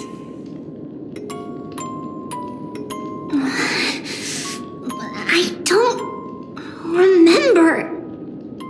It's all right, my child. I'll sing along to the tune, and it will help jog your memories. Happiness abounded in this lush land by God's chosen. Giants raised their glasses in a toast, beheld by the 12 constellations. 3 carved the heavens and the earth. 3 wove the threads of fate. 3 molded life with their hands, and 3 guided calamity's gate.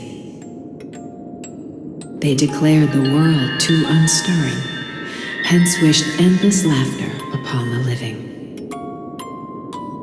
Thus you and I were created, with words and song to weave, and love and intimacy to give.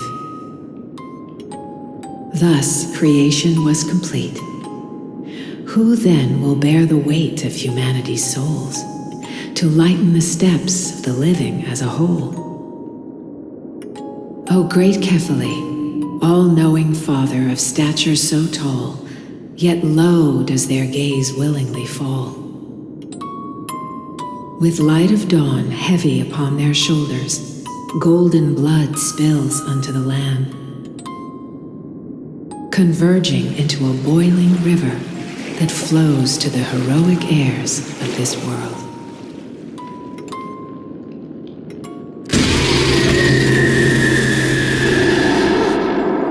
What's going on?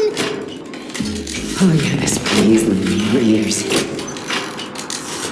In the black mist, as death and fate draw close, on the bloodied earth, the living dead but ghosts. What is this world? It mirrors your maze-like fate. What is this world? A silent lament without a trace. What is the past? Wandering ghosts that linger. What is the future? Souls scattered by fate's finger. What is the start? The voyage born in solitude. What is the end? The spirit, lonely and subdued. Lonely and subdued, and subdued, and subdued, subdued, subdued, subdued, subdued, subdued.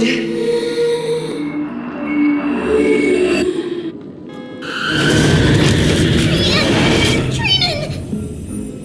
Mama, what's going on? Hurt Run! Treehouse, run! The black tide has arrived.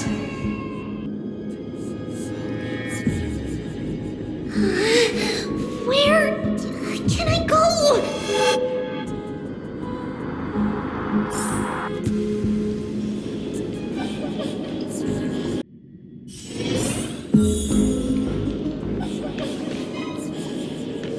What's this?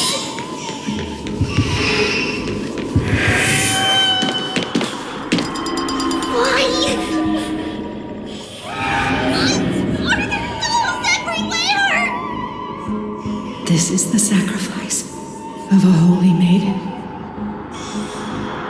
You won't make it to the end. Only one person can. I know! It's fine if we can't reach the end. Our minds are made up. Go. Interfere streams. Time is running out. Mama, are you going to leave me? My sweet girl. I will never leave you. But remember this, Trevios.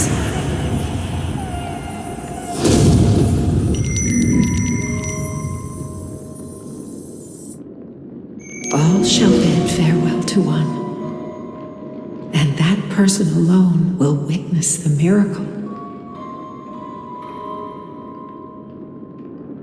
Since your mind is made up, then traverse the black tide and dispel the fog for Amphorius. I shall see you tomorrow, my dearest Trevios.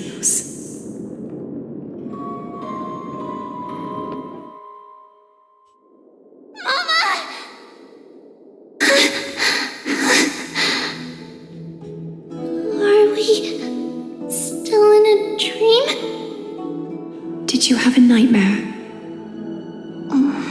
Maybe.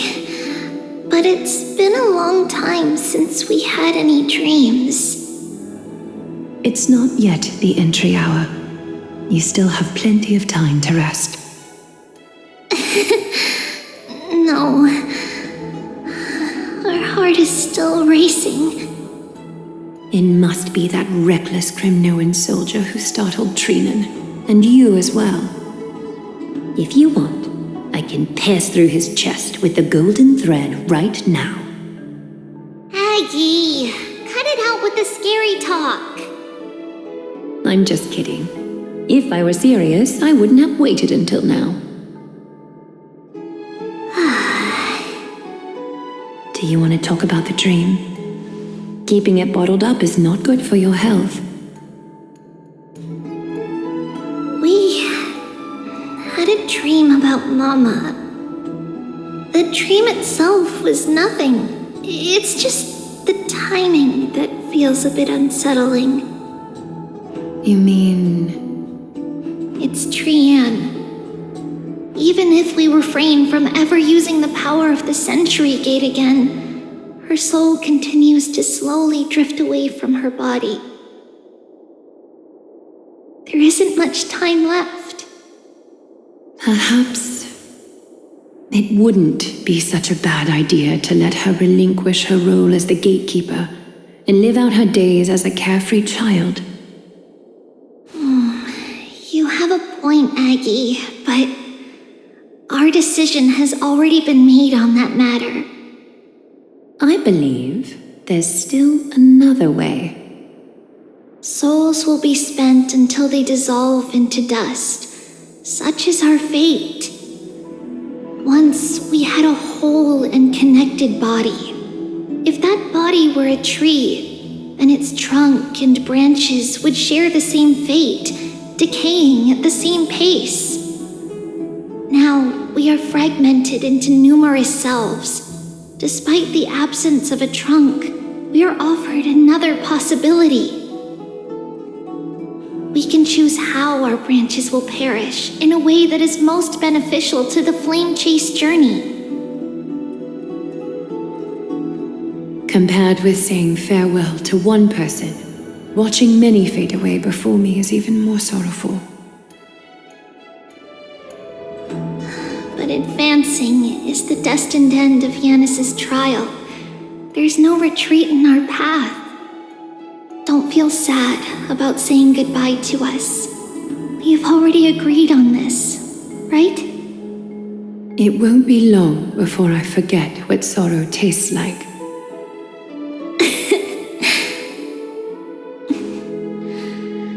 So, what would you like for breakfast, Aggie? What? Where did that come from? After all this talking, we are feeling a bit hungry. Plus, it's nearly the entry hour now. Do you remember when we first met, Aggie? You were still a little one, and we caught you secretly eating oatmeal late at night. While my emotions might be fading, those memories are still as vivid as ever, teacher. Please, let me do it. What would you like to eat? It's fine! Leave it to us. You should rest for now. It won't take long, and we'll call you when it's done. In that case, thank you. Then, see you tomorrow, Aggie.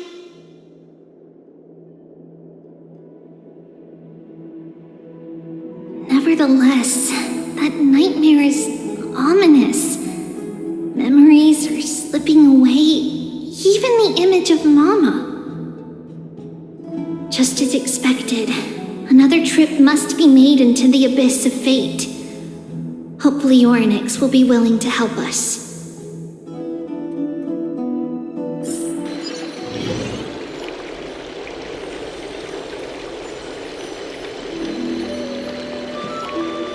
Long time no see, Professor Anaxa. Who are you? It's been a while. I'm the one who once overthrew the entire classroom in that spiritual physics lecture. Oh, it's you. No way. Do you really still remember that, Professor? I remember that glib tongue of yours.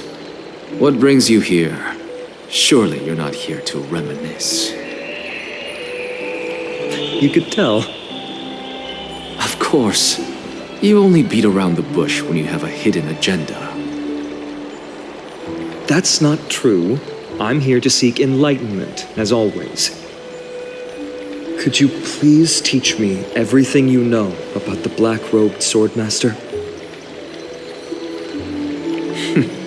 Rumors sure travel fast.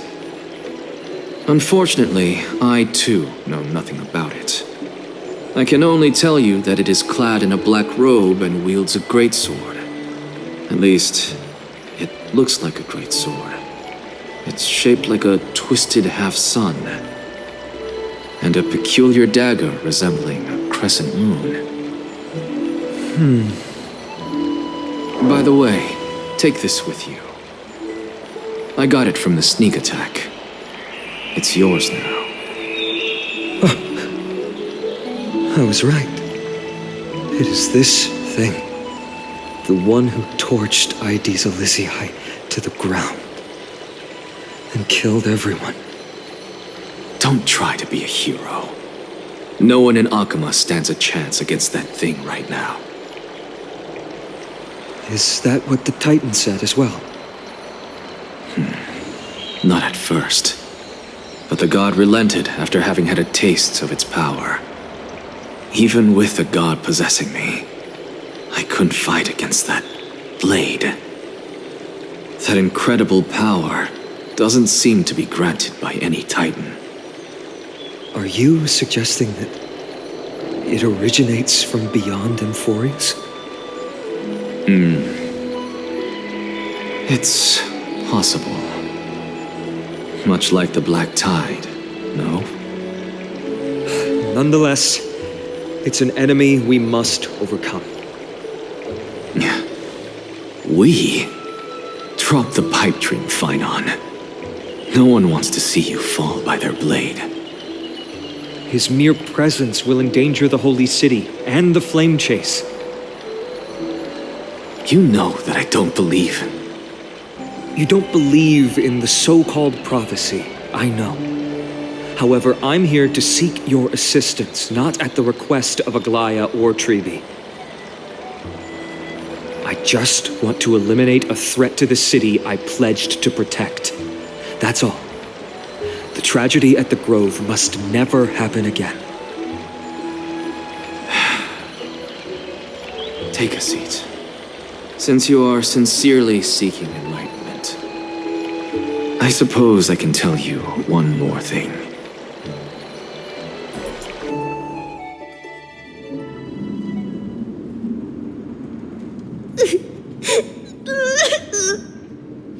What's wrong, Trian?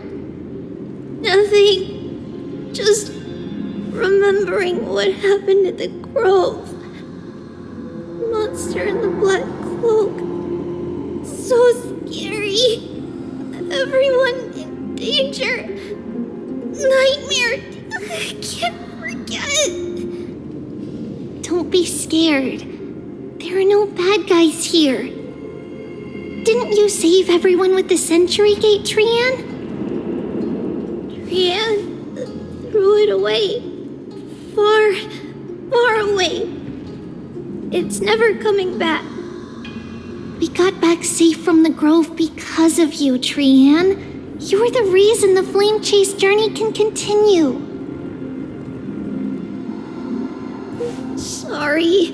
Trian feels a bit dizzy. Why are we here again? For the same thing, of course. Remember? Tomorrow we will reveal the prophecies past to everyone. But first, we need to restore the memories that have been blurred by the fragmentation. We hope to present the full truth to everyone without hiding anything. Since Yanis caused the fragmentation, we can only turn to another Titan or an X for help. Also, remember to get breakfast ready for Aggie before the lucid hour tomorrow. Oh, yes! Trian remembers now. Oh, on that note, we had better prepare some saffron before we meet with the Titan. Saffron? Huh, it's an essential offering for rituals in the Temple of the Three Fates. You think we shouldn't go to Orynyx empty-handed? Yes, it's also a symbol of Yanisopolis. If we are to replicate memories, we need to use something that has experienced those days. And when we first met Aggie, we added that to the porridge we made for her, and she really loved it. I see! It's like killing 3 birds with 1 stone! But it all depends on whether Orynyx is willing to help us. This could be a problem. After all, it was us who took the core flame from Yanis, from Orynyx's kin. We will have to give it a try. If there's truly no other way... In our current state, we probably can't do anything to them. We'll cross that bridge when we get there. Leave it to Trian. Trian knows how to play cute. In any case, let's look for saffron first. I hope there's still some left in the temple, untouched by Nikador's soldiers. I remember that aged saffron is preserved in sealed jars. Let's be on the lookout as we go.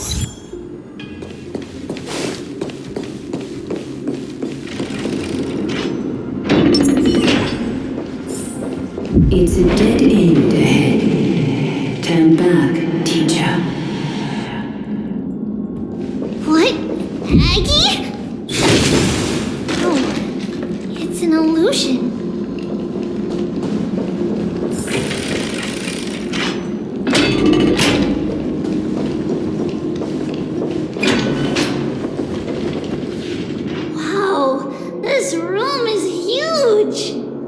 Trinan, did you? Yeah, I saw it.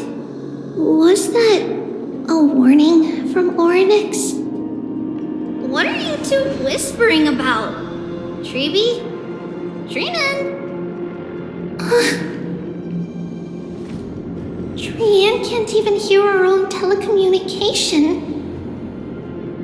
Well, never mind. Trian suddenly feels like this place is quite familiar.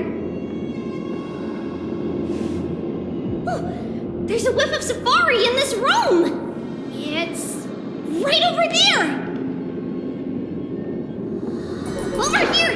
Follow Trian! Trian, slow down!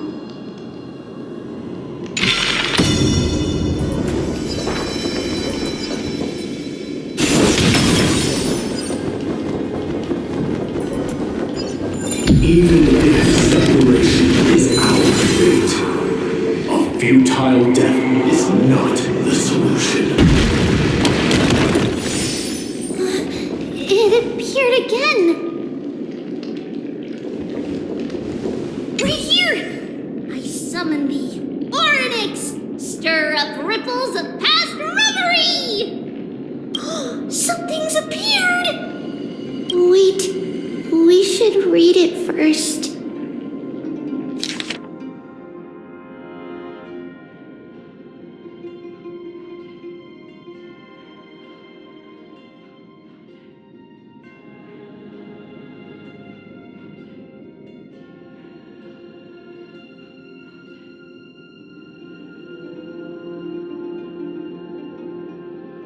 Wait, this is a letter? It mentions something about Saffron and Trebios? Isn't that name... Never mind that for now. Why is this letter here? And how did Trian sense it? Could it be our lost memories? Is it possible that we were already noticed by Oryx and entered their trial? But why haven't they said a word? Oryx has the whims of a child. Perhaps they're toying with us on purpose. Come on, this isn't the right time to be playing games.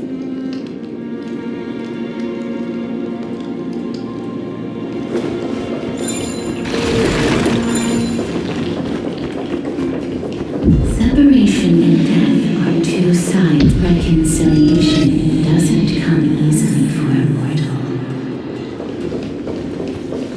Are these visions also fragments of the past?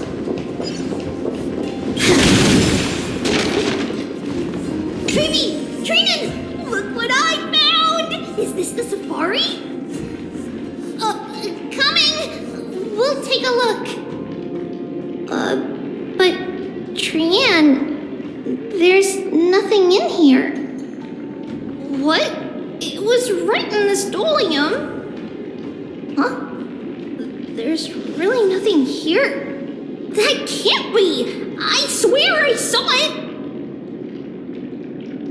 I swear! Trian is telling the truth. It was right there. Where did it go? Trinan, Treeby, why aren't you saying anything? Trian can't seem to hear you at all.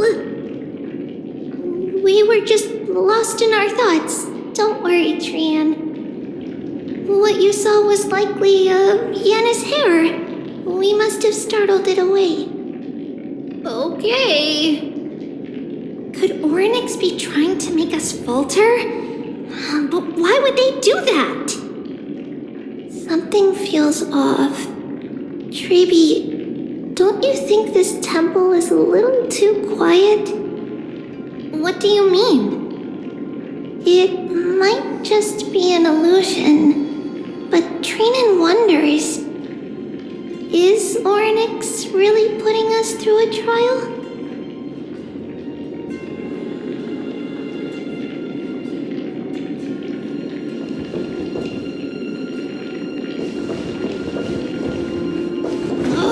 Still no luck finding any safari. Safari! I suppose we can do without it. Let's try to convince Oryx.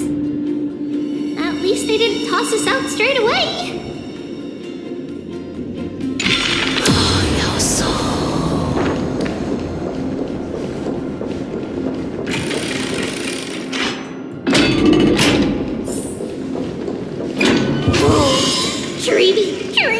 Look at this! So cool! There are so many of us now! Brienne!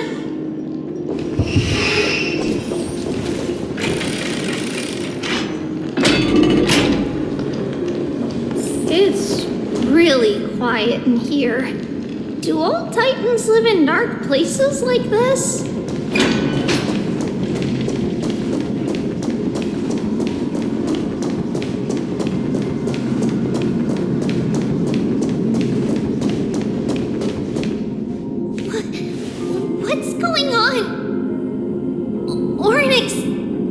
Disappeared?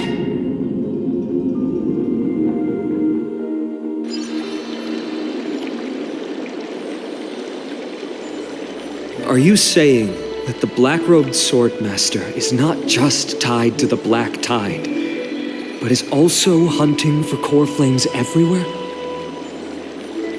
This is the most plausible possibility. First, it has a vessel that can hold core flames. Second, I'm one of its targets. Let's start with the first premise. Its peculiar ceremonial blade can interact with a core flame, as evidenced by the pull I felt when it stabbed into my chest. I hypothesized that the blade can sense, absorb, or even retain core flames. The second premise is even more explicit. When it was engaged in fierce battle with many of us and was heavily distracted, it remained consistently focused on me. Or rather, on the Titan Circes inside me.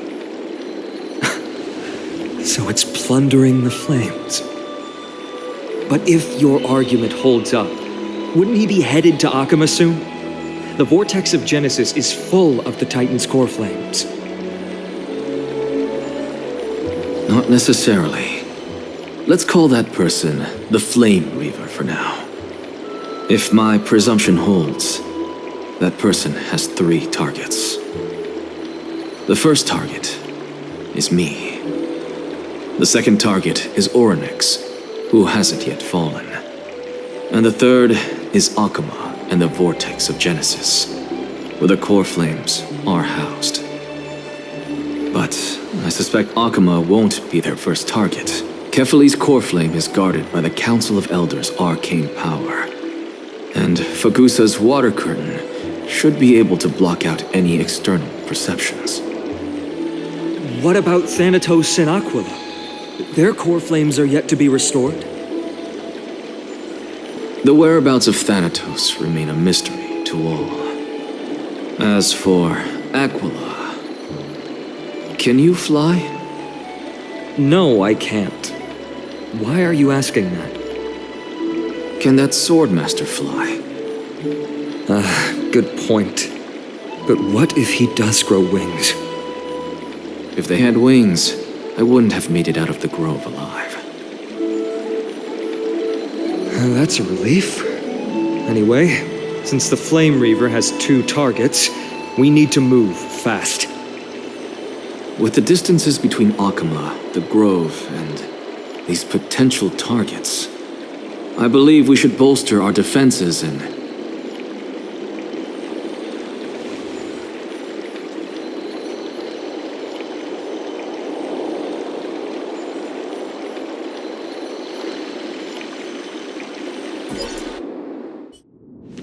Oryx! Are you in here? No response at all. Did they foresee that we were coming and hide in the fog? Or...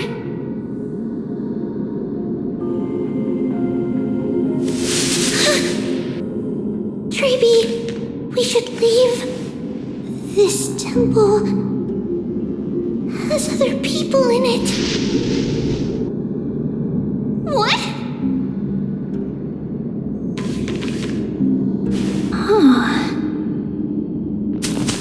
Listen, footsteps.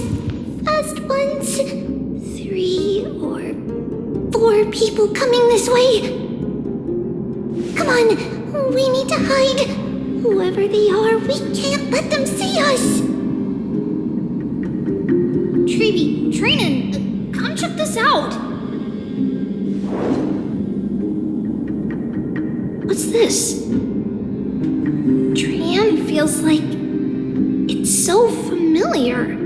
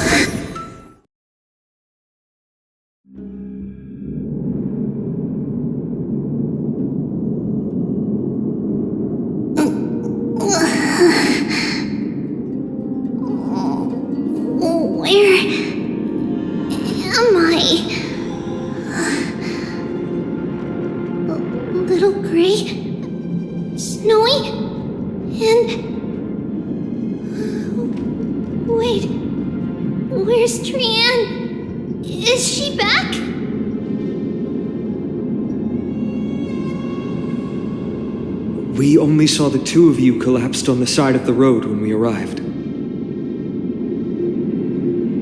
Danny and I looked around, but we couldn't find any traces of Lady Trian. What about the black-robed swordmaster? Blast it! Of course it's him. We were still too late. I fear something bad has happened to Orynyx's core flame. Then Lady Trian... She doesn't have much divine power left. We can barely sense anything.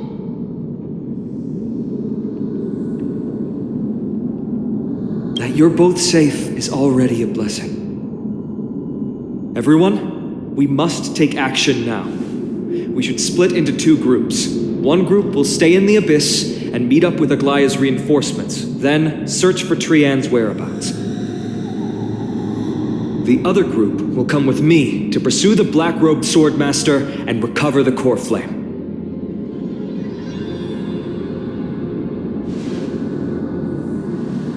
I didn't get to tell you this before, but Anaxa and I already have our misgivings about the Black Tide, so we've made preparations.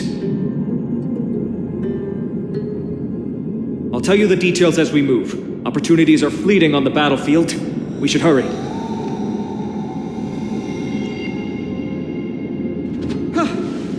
Lord Finan! Lady Treeby and Lady Trinan. I'm glad you're all right. Did Aglaya's people get here? Yes. Lady Aglaya already knows about the situation and sent along a message. Finan, I understand that Swordmaster is of great importance to you. But if you charge in without a plan, I fear that you won't be the only one who dies in vain. I understand. Hatred is a hero's deadliest poison. I have no intention of fighting alone. If that Swordmaster really is related to the Black Tide, the Chrysos heirs must not take them lightly. I have indeed planned to return to the Holy City and discuss the strategy with Aglaya. We'll need all the help we can get for this encirclement.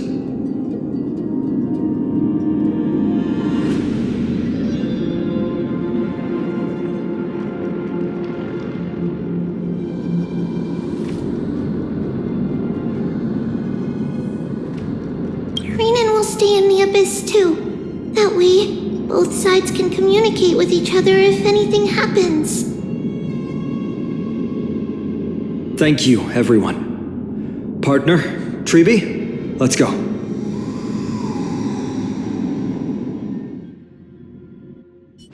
We're back, Aglaya. You should have come to me first, Finan. Aggie, there's no need to scold Snowy. Akuma is currently in grave danger. I know. It's beyond my imagination that the only two titans humankind can still rely on fell in such quick succession. I've never seen the golden thread pulled this taut, as if it could snap at any moment. Finan, tell us your plan. Time is of the essence.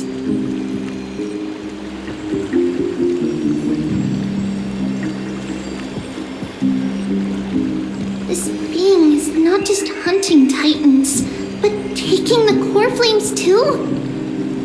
Yes, just like the Flame Chase journey is doing. Professor Anaxa thinks the Flame Reaver's arrival is likely a sign the Black Tide has spread further. Regardless of whether you're right, this being is still far more aggressive than we expected. But its madness is also an opportunity for us. If its goal is the core flame, then that means us humans can lure it into a trap. Anaxa had already left the Holy City with Cersei's core flame while we were on our way to the Abyss, so he can make preparations for the battlefield. Tell me, what makes you think this won't end with us losing another core flame? Because this time, the power from beyond the sky is also at our side. She is the key. We need your other companion, too. Ma'am, do you mean me? I see. Finan, that battlefield you mentioned, is it Castrum Krymnos? Yes, I'm sure everyone remembers the astonishing miracle our partner here performed with her companion during the battle with Nikador, and how they awakened Castrum Krymnos' past. That will be the key to our victory.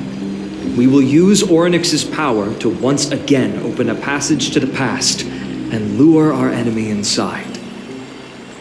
Then, we'll seal the Flame Reaver in the maze of time. Impressive. Orynyx has fallen, and Yanis's divine power already belongs to Akuma. Once we take back the core flame, the Swordmaster will have no means of escape. It's very clever, using the element of surprise instead of brute strength. Can you do it, little one?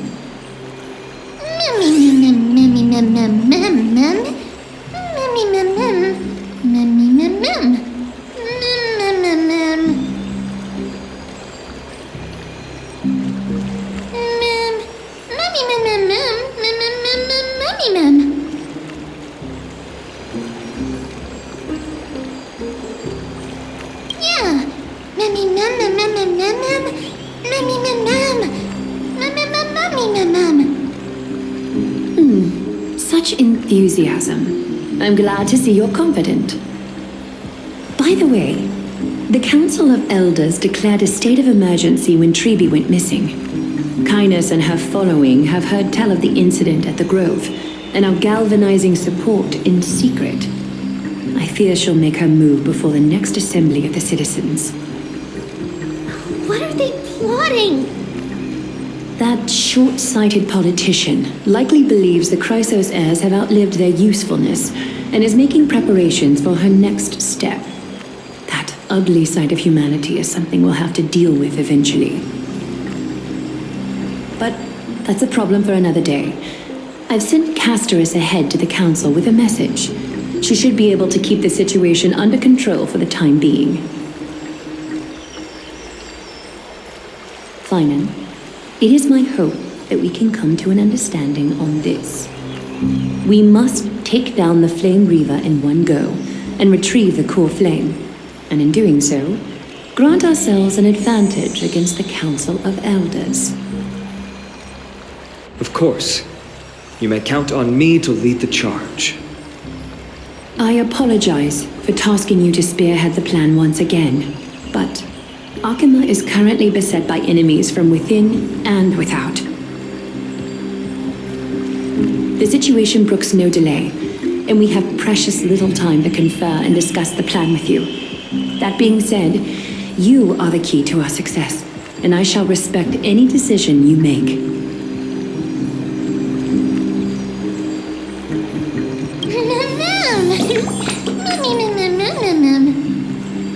We are grateful to you for your aid, and to the rest of you as well.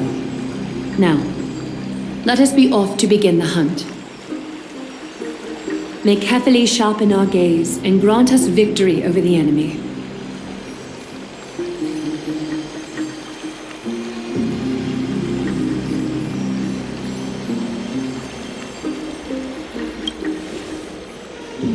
You mean Mighty? He's dealing with a different problem. Don't worry, that man would never miss out on this fight.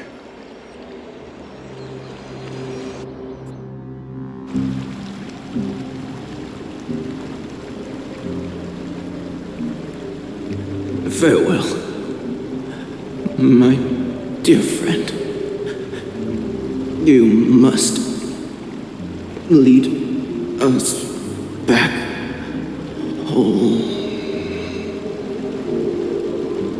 You and I, we're both the same. We feast on strife and fear. If you're truly capable of leading our people beyond this blood-stained fate, then prove it to me once more, Mighty Mos.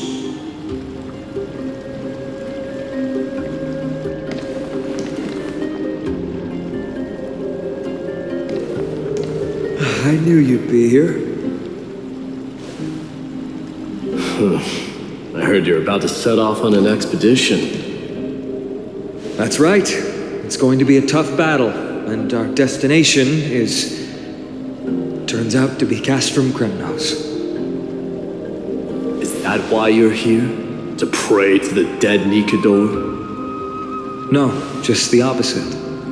I'm here to tell you, you can entrust the front lines to us this time. You can't afford to lose your upcoming battle either.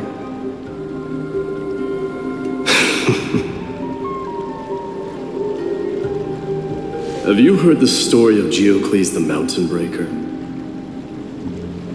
Sounds like you've spoken with Cartonus. That's the name of the legendary mountain dweller, right?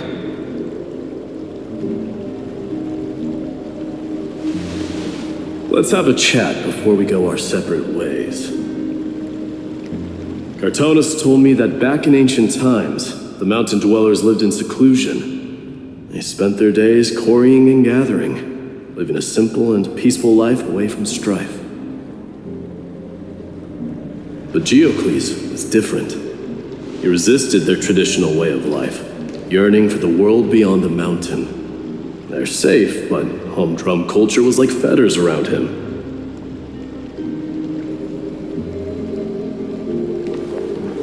He sounds a lot like you.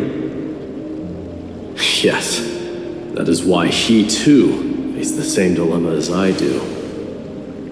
One day, during one of Geocles' many ventures beyond the mountain, he spied a battalion of Ladonians stationed at the foot of the mountain. The Ladonians were at war with their archenemies, the Companions, and they used the mountain as a base to carry out guerrilla warfare operations. When Geocles, who had taught himself the common tongue, approached a soldier, he learned a shocking piece of news. The Ladonians were planning to plant mines and explosives all over the mountain, and then lure their enemies within. With danger lurking with every step, the mountain dwellers' homes were no longer safe. Geocles quickly returned to his village to bring the news to his people. But let me guess. They refused change and chose to put up with the situation instead. That's right. The mountain dwellers were fearful of even the smallest change to their lifestyle, let alone leaving their home. Despite the imminent war, the elders would rather negotiate for peace instead of leaving the mountains. This made Diocles both angry and sad. But he didn't give up. If you were in his shoes, what would you have done? Lead my people on a resistance, perhaps. I'm not sure. I can't think of a solution that would make everyone happy. A solution that would make everyone happy, huh? That's how naive we are. Well, let me tell you what Diocles did. He took the mountain dwellers' store of gemstones and traded them with the Ladonians for a massive amount of gunpowder. But he didn't do this to fight the Companions. Under the cover of night, he set ablaze the forest surrounding the settlement, forcing his people to flee the mountain. That great fire marked the beginning of mountain dweller history. Since then, their people became part of civilization, and giants became a common sight in the holy city. Meanwhile, that mountain they once lived in has turned into little more than foam inside the black tide. But leaving their homeland also brought many mountain dwellers misfortune. They were hunted by Kremnoans or enslaved. Indeed, that is undeniably also part of their history. But that is Diocles for you. The merits of his actions, or lack thereof, have been scrutinized by many, but historians nevertheless hail him as the Mountain Breaker. Why do you think that is? It's simply because he took action and enacted change with his own hands. He didn't try to make everyone understand him, nor did he even waste time trying to make everyone happy. He started a great fire and burned the shackles of tradition to ashes, and then forced everyone to march toward the coming of a new era. You've made up your mind, haven't you? I'll be leaving Akama soon to fight the great darkness of this world, and to shoulder Nikador's destiny.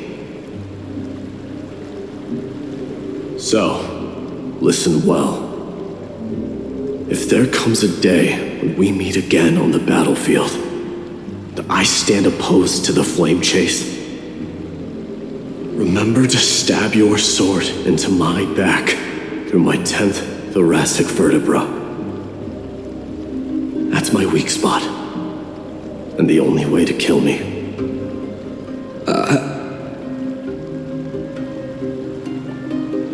You have my word.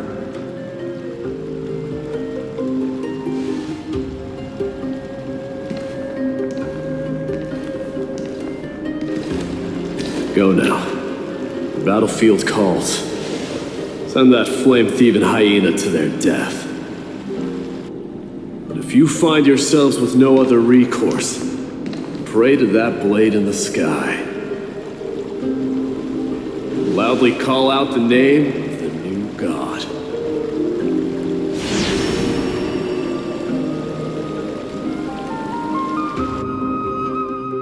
That's the sound of an all-out war.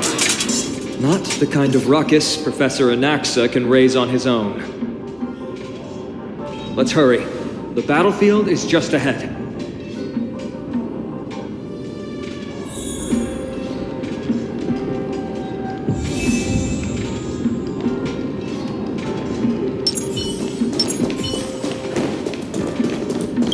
No way. A Kremnoan?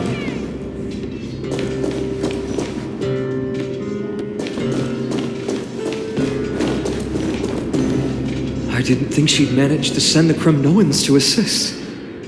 Brave warrior, what's the situation on the front line?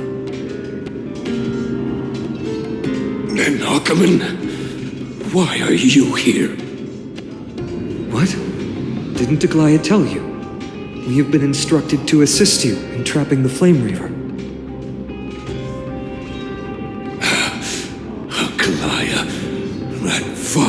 usurper. I spit on her name. Our king will be back soon. He'll be able to deal with you and that black robe.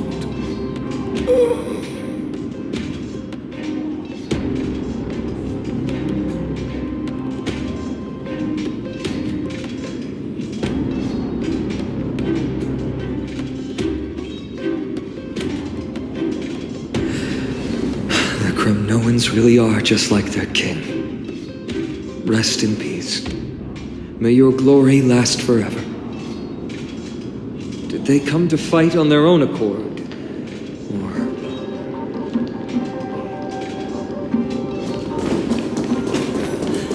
I can still must become king. Nicanor is with us!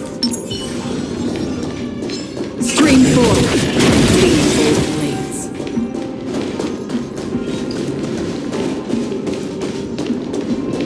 We're almost there.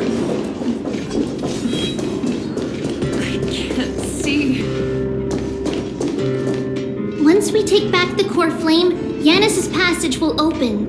When that happens, you must evacuate immediately. Don't stay behind.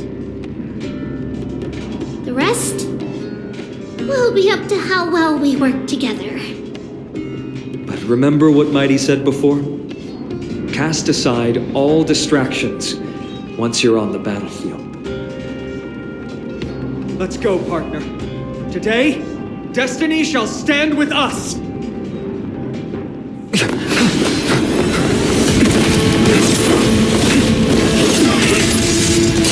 Finally!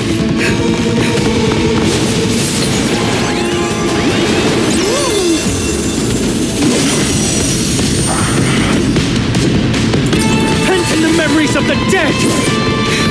Executioner!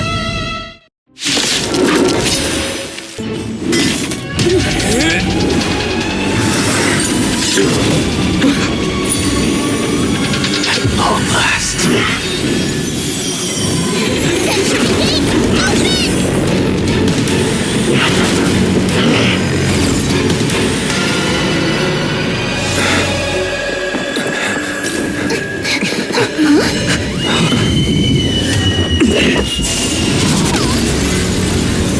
How embarrassing. You didn't come down from the sky? This city is mine anyway. So why shouldn't I go through the front door?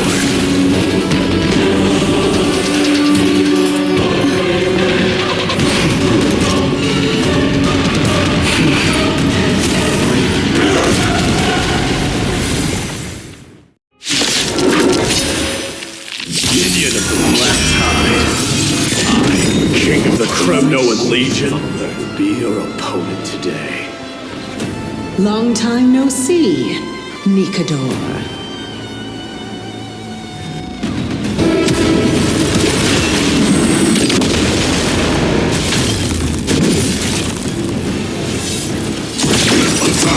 Have we met? Until everything burns to ashes! Unite our goals. This is no set. Another journey begins. Still water uplift. Time for a shot.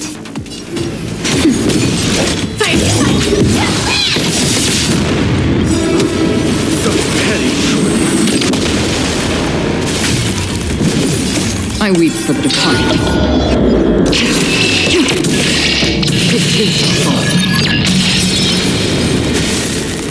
Cloud scattered. This is set. Leads to self-destruction.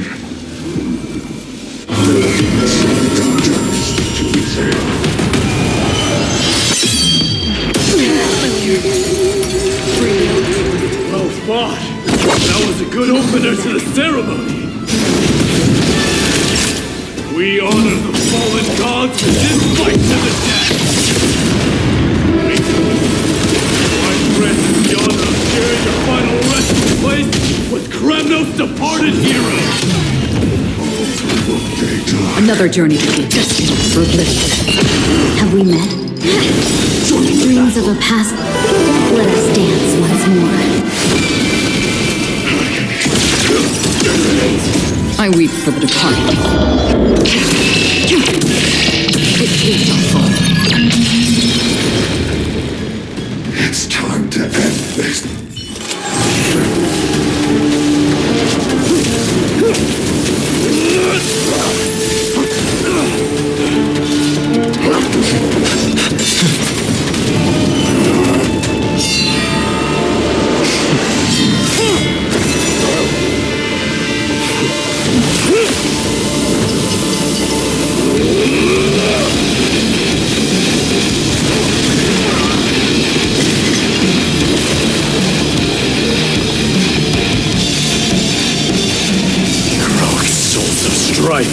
Heed my call!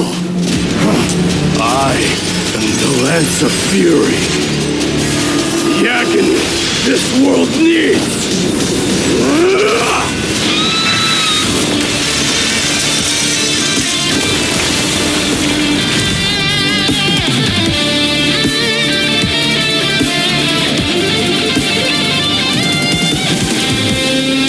Witness this. New God has come to Castrum Kronos.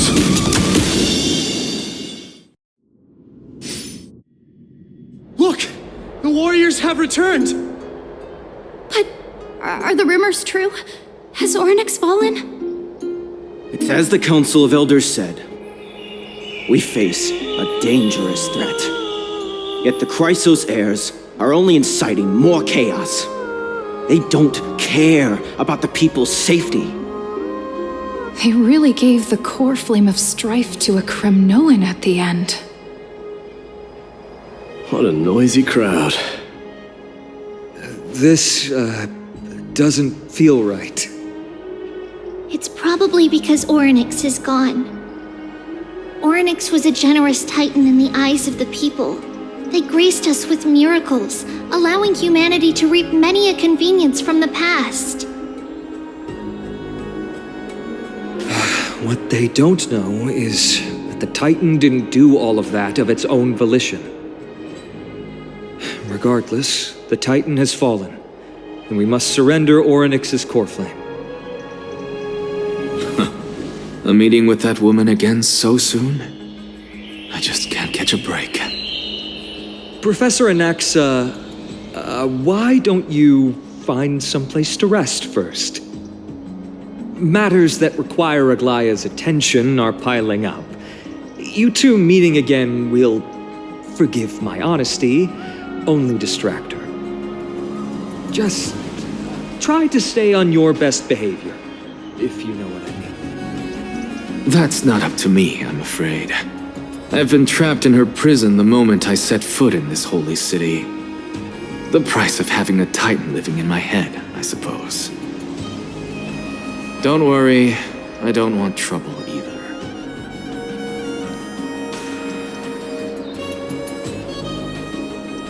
Professor Anaxa can be a bit unrestrained. Don't worry, you'll get used to it. I'm sure you don't need my help handling Ornyx's core flame. So I'll be off. I have some personal matters to attend to. It somehow feels like D has closed himself off even more after he completed his trial. Yeah, a lot has happened in the past few days. You've been lost in thought for a while now too, Treeby. Did Trinon bring news? Yes. She has found Trian. She was at the bottom of the valley outside the temple, but that's where the good news ends. I'm sorry. It's all right. They also found someone else besides Trian. He was no better than a corpse when Trinan and Hyacinth arrived. He had suffered more cuts than could be counted and leaped off a cliff from a great height. all to free Trian's body from the clutches of the black-robed swordmaster. What a brave soul. Do we know who he is? Yes. It's Crateros.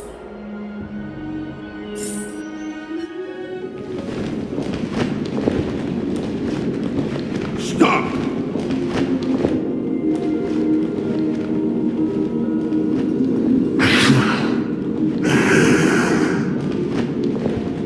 If you want this girl dead, you'll have to kill me first.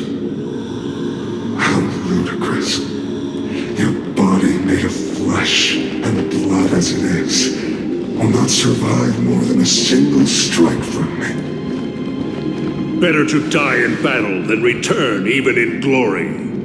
As a Kremnoan, I know not the fear of death. She's lost her divinity. I have no interest in an empty shell. But answer me this, child of strife. Why do you raise your shield for her? As the leader of the God Shield Brigade's elite, I protected the king against the Black Tide with this very shield.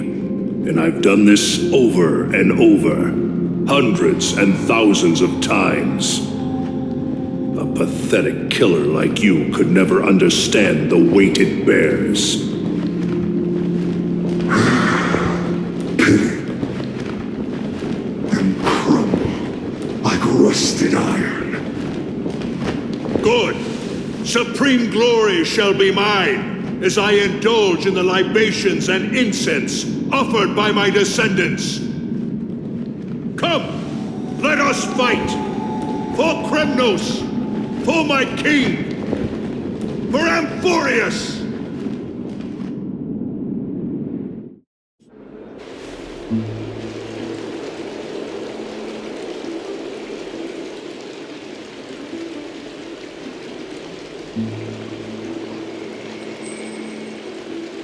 We foresaw this cruel parting 1,000 years ago.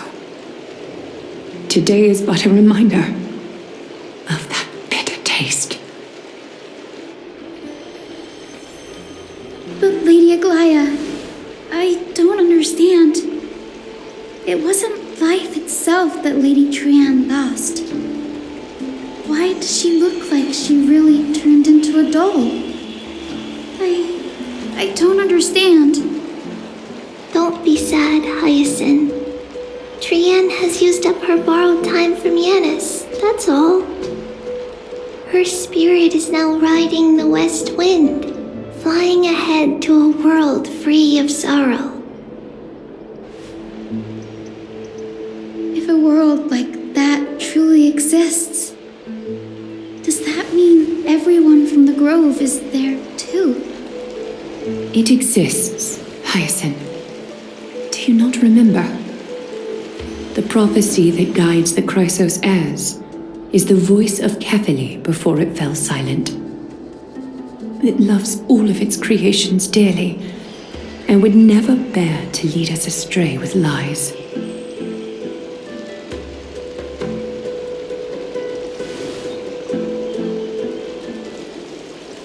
What about the Kremnoan veteran? How is he doing? The Twilight Courtyard has done all we can. Even so, we've only managed to keep him from breathing his last. I had to use the Sky Priest's techniques to help him to walk again. But if light ever disappears from Akama for good... No. Let's hope that never happens.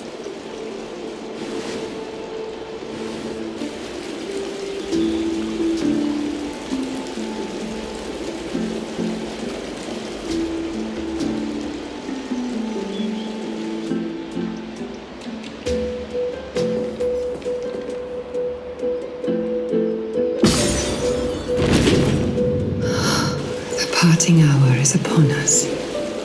Yet the golden thread runs slack.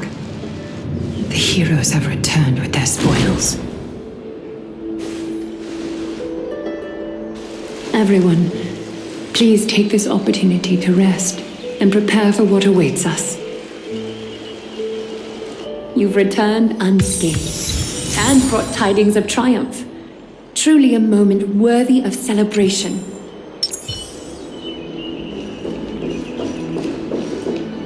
It's incredible to think that we returned Nigador's core flame not so long ago. It wouldn't be an exaggeration to say that you and your friend's arrival has melted the glaciers of history. You could say this is the true face of history. It slumbered for 1,000 years, only to awaken for this one moment. Alas, now is not the time for a study of history. I do not see a Naxa around. Was this under your instructions, Finan? Yes, it just seems much more efficient than letting you two go at it endlessly. A rash decision. After all, he still bears a core flame with him. I do concur with your assessment of efficiency, though. Now, let us table the issue concerning him for the moment. The more urgent matter is the core flame of Orynyx. The Chrysos heirs had initially crafted a plan regarding the order to return the core flames. For titans like Orynyx and Circes, who harbor no intentions of harming humanity, our strategy entailed assuming their divinity only at the very end. But this unforeseen turn of events has thrown everything into disarray. If we don't return the core flames to the vortex of Genesis, and we leave the Titan's divine positions vacant, we can't even begin to imagine the disaster that would follow. But the most pressing issue at hand is that we haven't found the Chrysos heir capable of bearing Orynyx's divinity. Finan, Castris, Mighty, and Hyacinth. Treeby and I devoted a millennium scouring the world, only to find these few people. Only a chosen few possess the capacity to assume divinity, the elite among the Chrysos heirs. We would never hastily extend our invitation without first verifying their potential to bear such power. Yet we cannot compel anyone into divinity, as it would be no different from sentencing them to the gallows. Truly a dilemma. Yeah. How about letting her give it a try?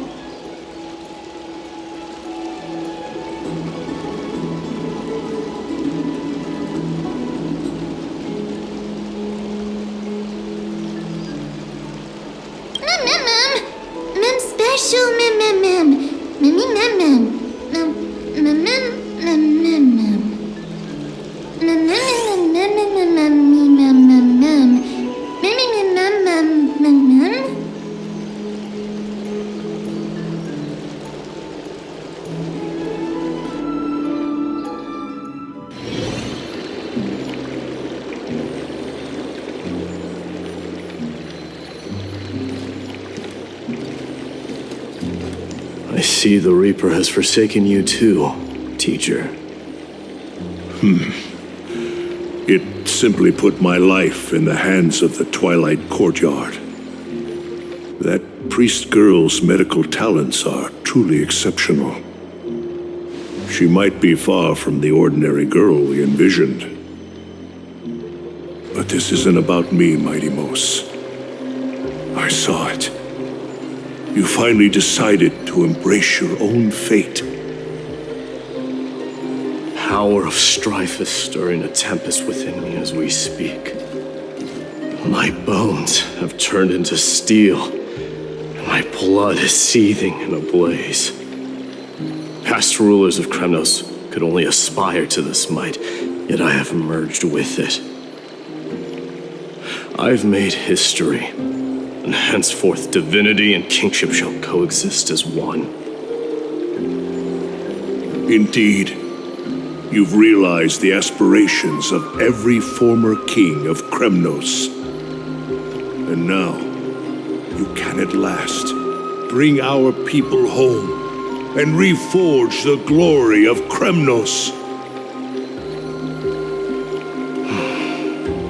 Unfortunately, I harbor no such desire. What? What do you mean by that? Over 2 millennia past, devotees of Nikador's might banded together beneath their feet and erected a city of their own. Ever since then, Kremnoans have served as the blades wielded by the god of war, following the Titan's path in its conquest. Yet, gazing upon our history through the lens of my newfound divinity, I now see it with unprecedented clarity. This history is sheer absurdity and inferiority. People surge onto the battlefield like ants, plundering and slaying for their own greed, only to be trampled upon like ants.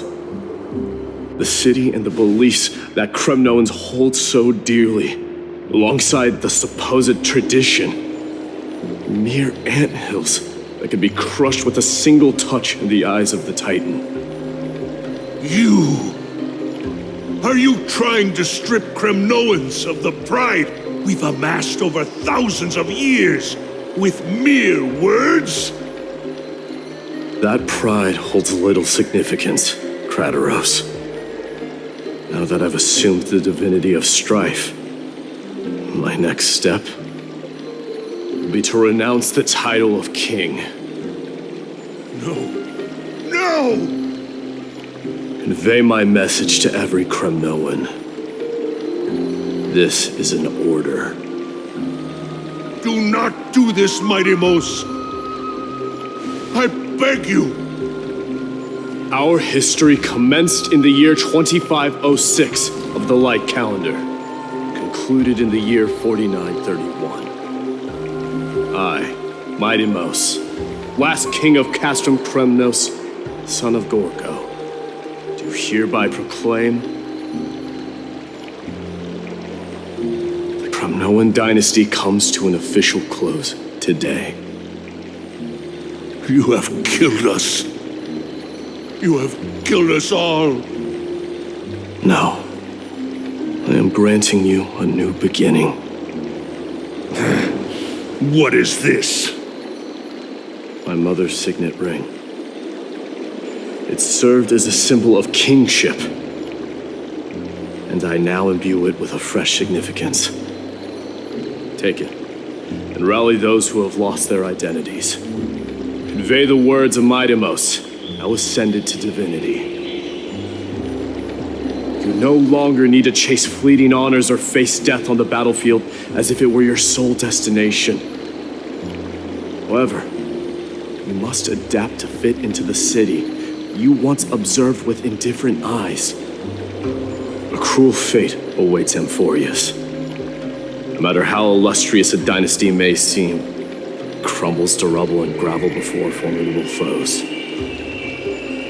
Yet, you shall tread the only path out, one that leads to a brand new world at its end.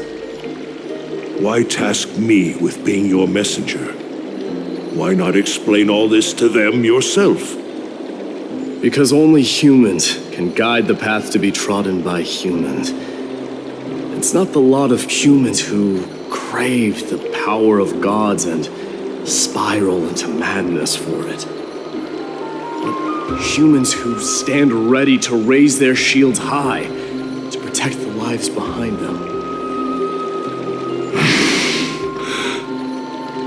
I failed to save that child. That is irrelevant. As demigods, they have long been prepared for it.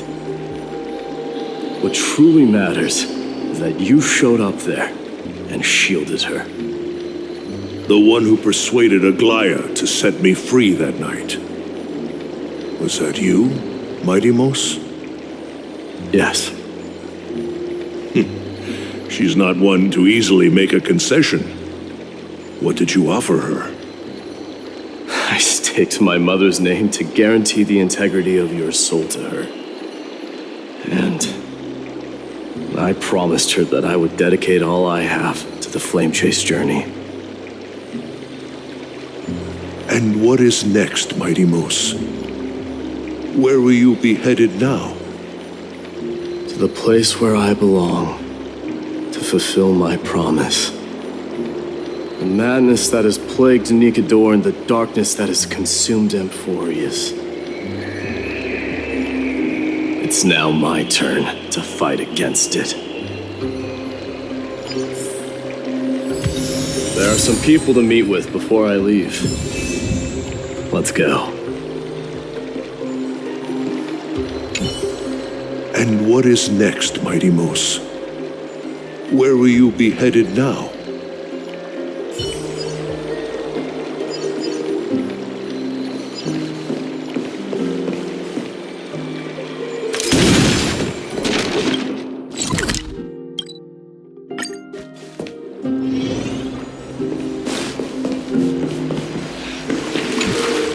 You're here, my Demos.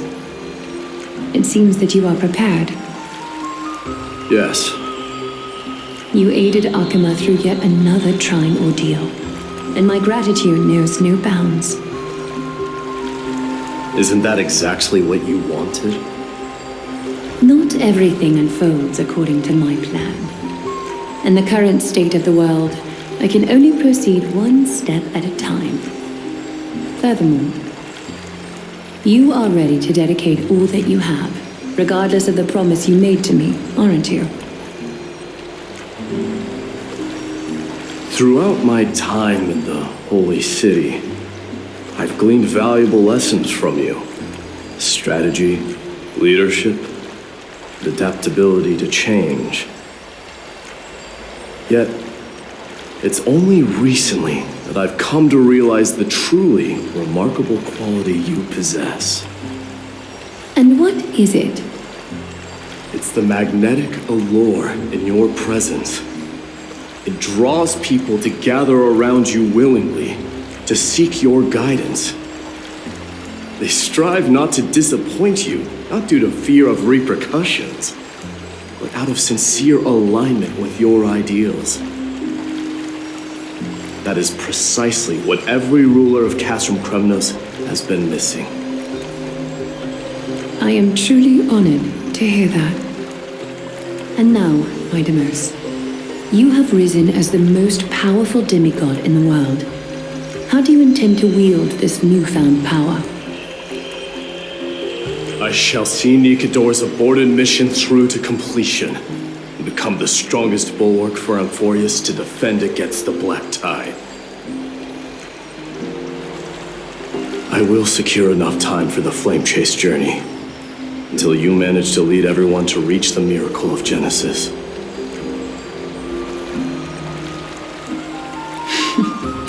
My Demos, a new chapter awaits Amphorius. Yet, the one who guides the people to the destination need not be you and I. Huh. What did you see after assuming Nestia's divinity? Despite the passage of 1,000 years, every word of that prophecy remains as vivid as ever. You shall have your final bath in warm and radiant gold. Just as cryptic as all the other prophecies. What's the reason for the laughter? I was just thinking, if an ordinary person encountered these words, they would probably stay away from the baths for the rest of their life. But I cannot forgo the delightful experience a bath offers. So, I assume you also glimpsed yours, my Demos? One day, you shall die with a wound in your back. Well, that is a rather straightforward scenario. If I were to be terrified by drivel with no basis, I would not have attracted your gaze and joined the Flame Chase journey in the first place. You speak the truth. May you be destined for a powerful fate, and may we reunite in the promised new world. Farewell, mighty.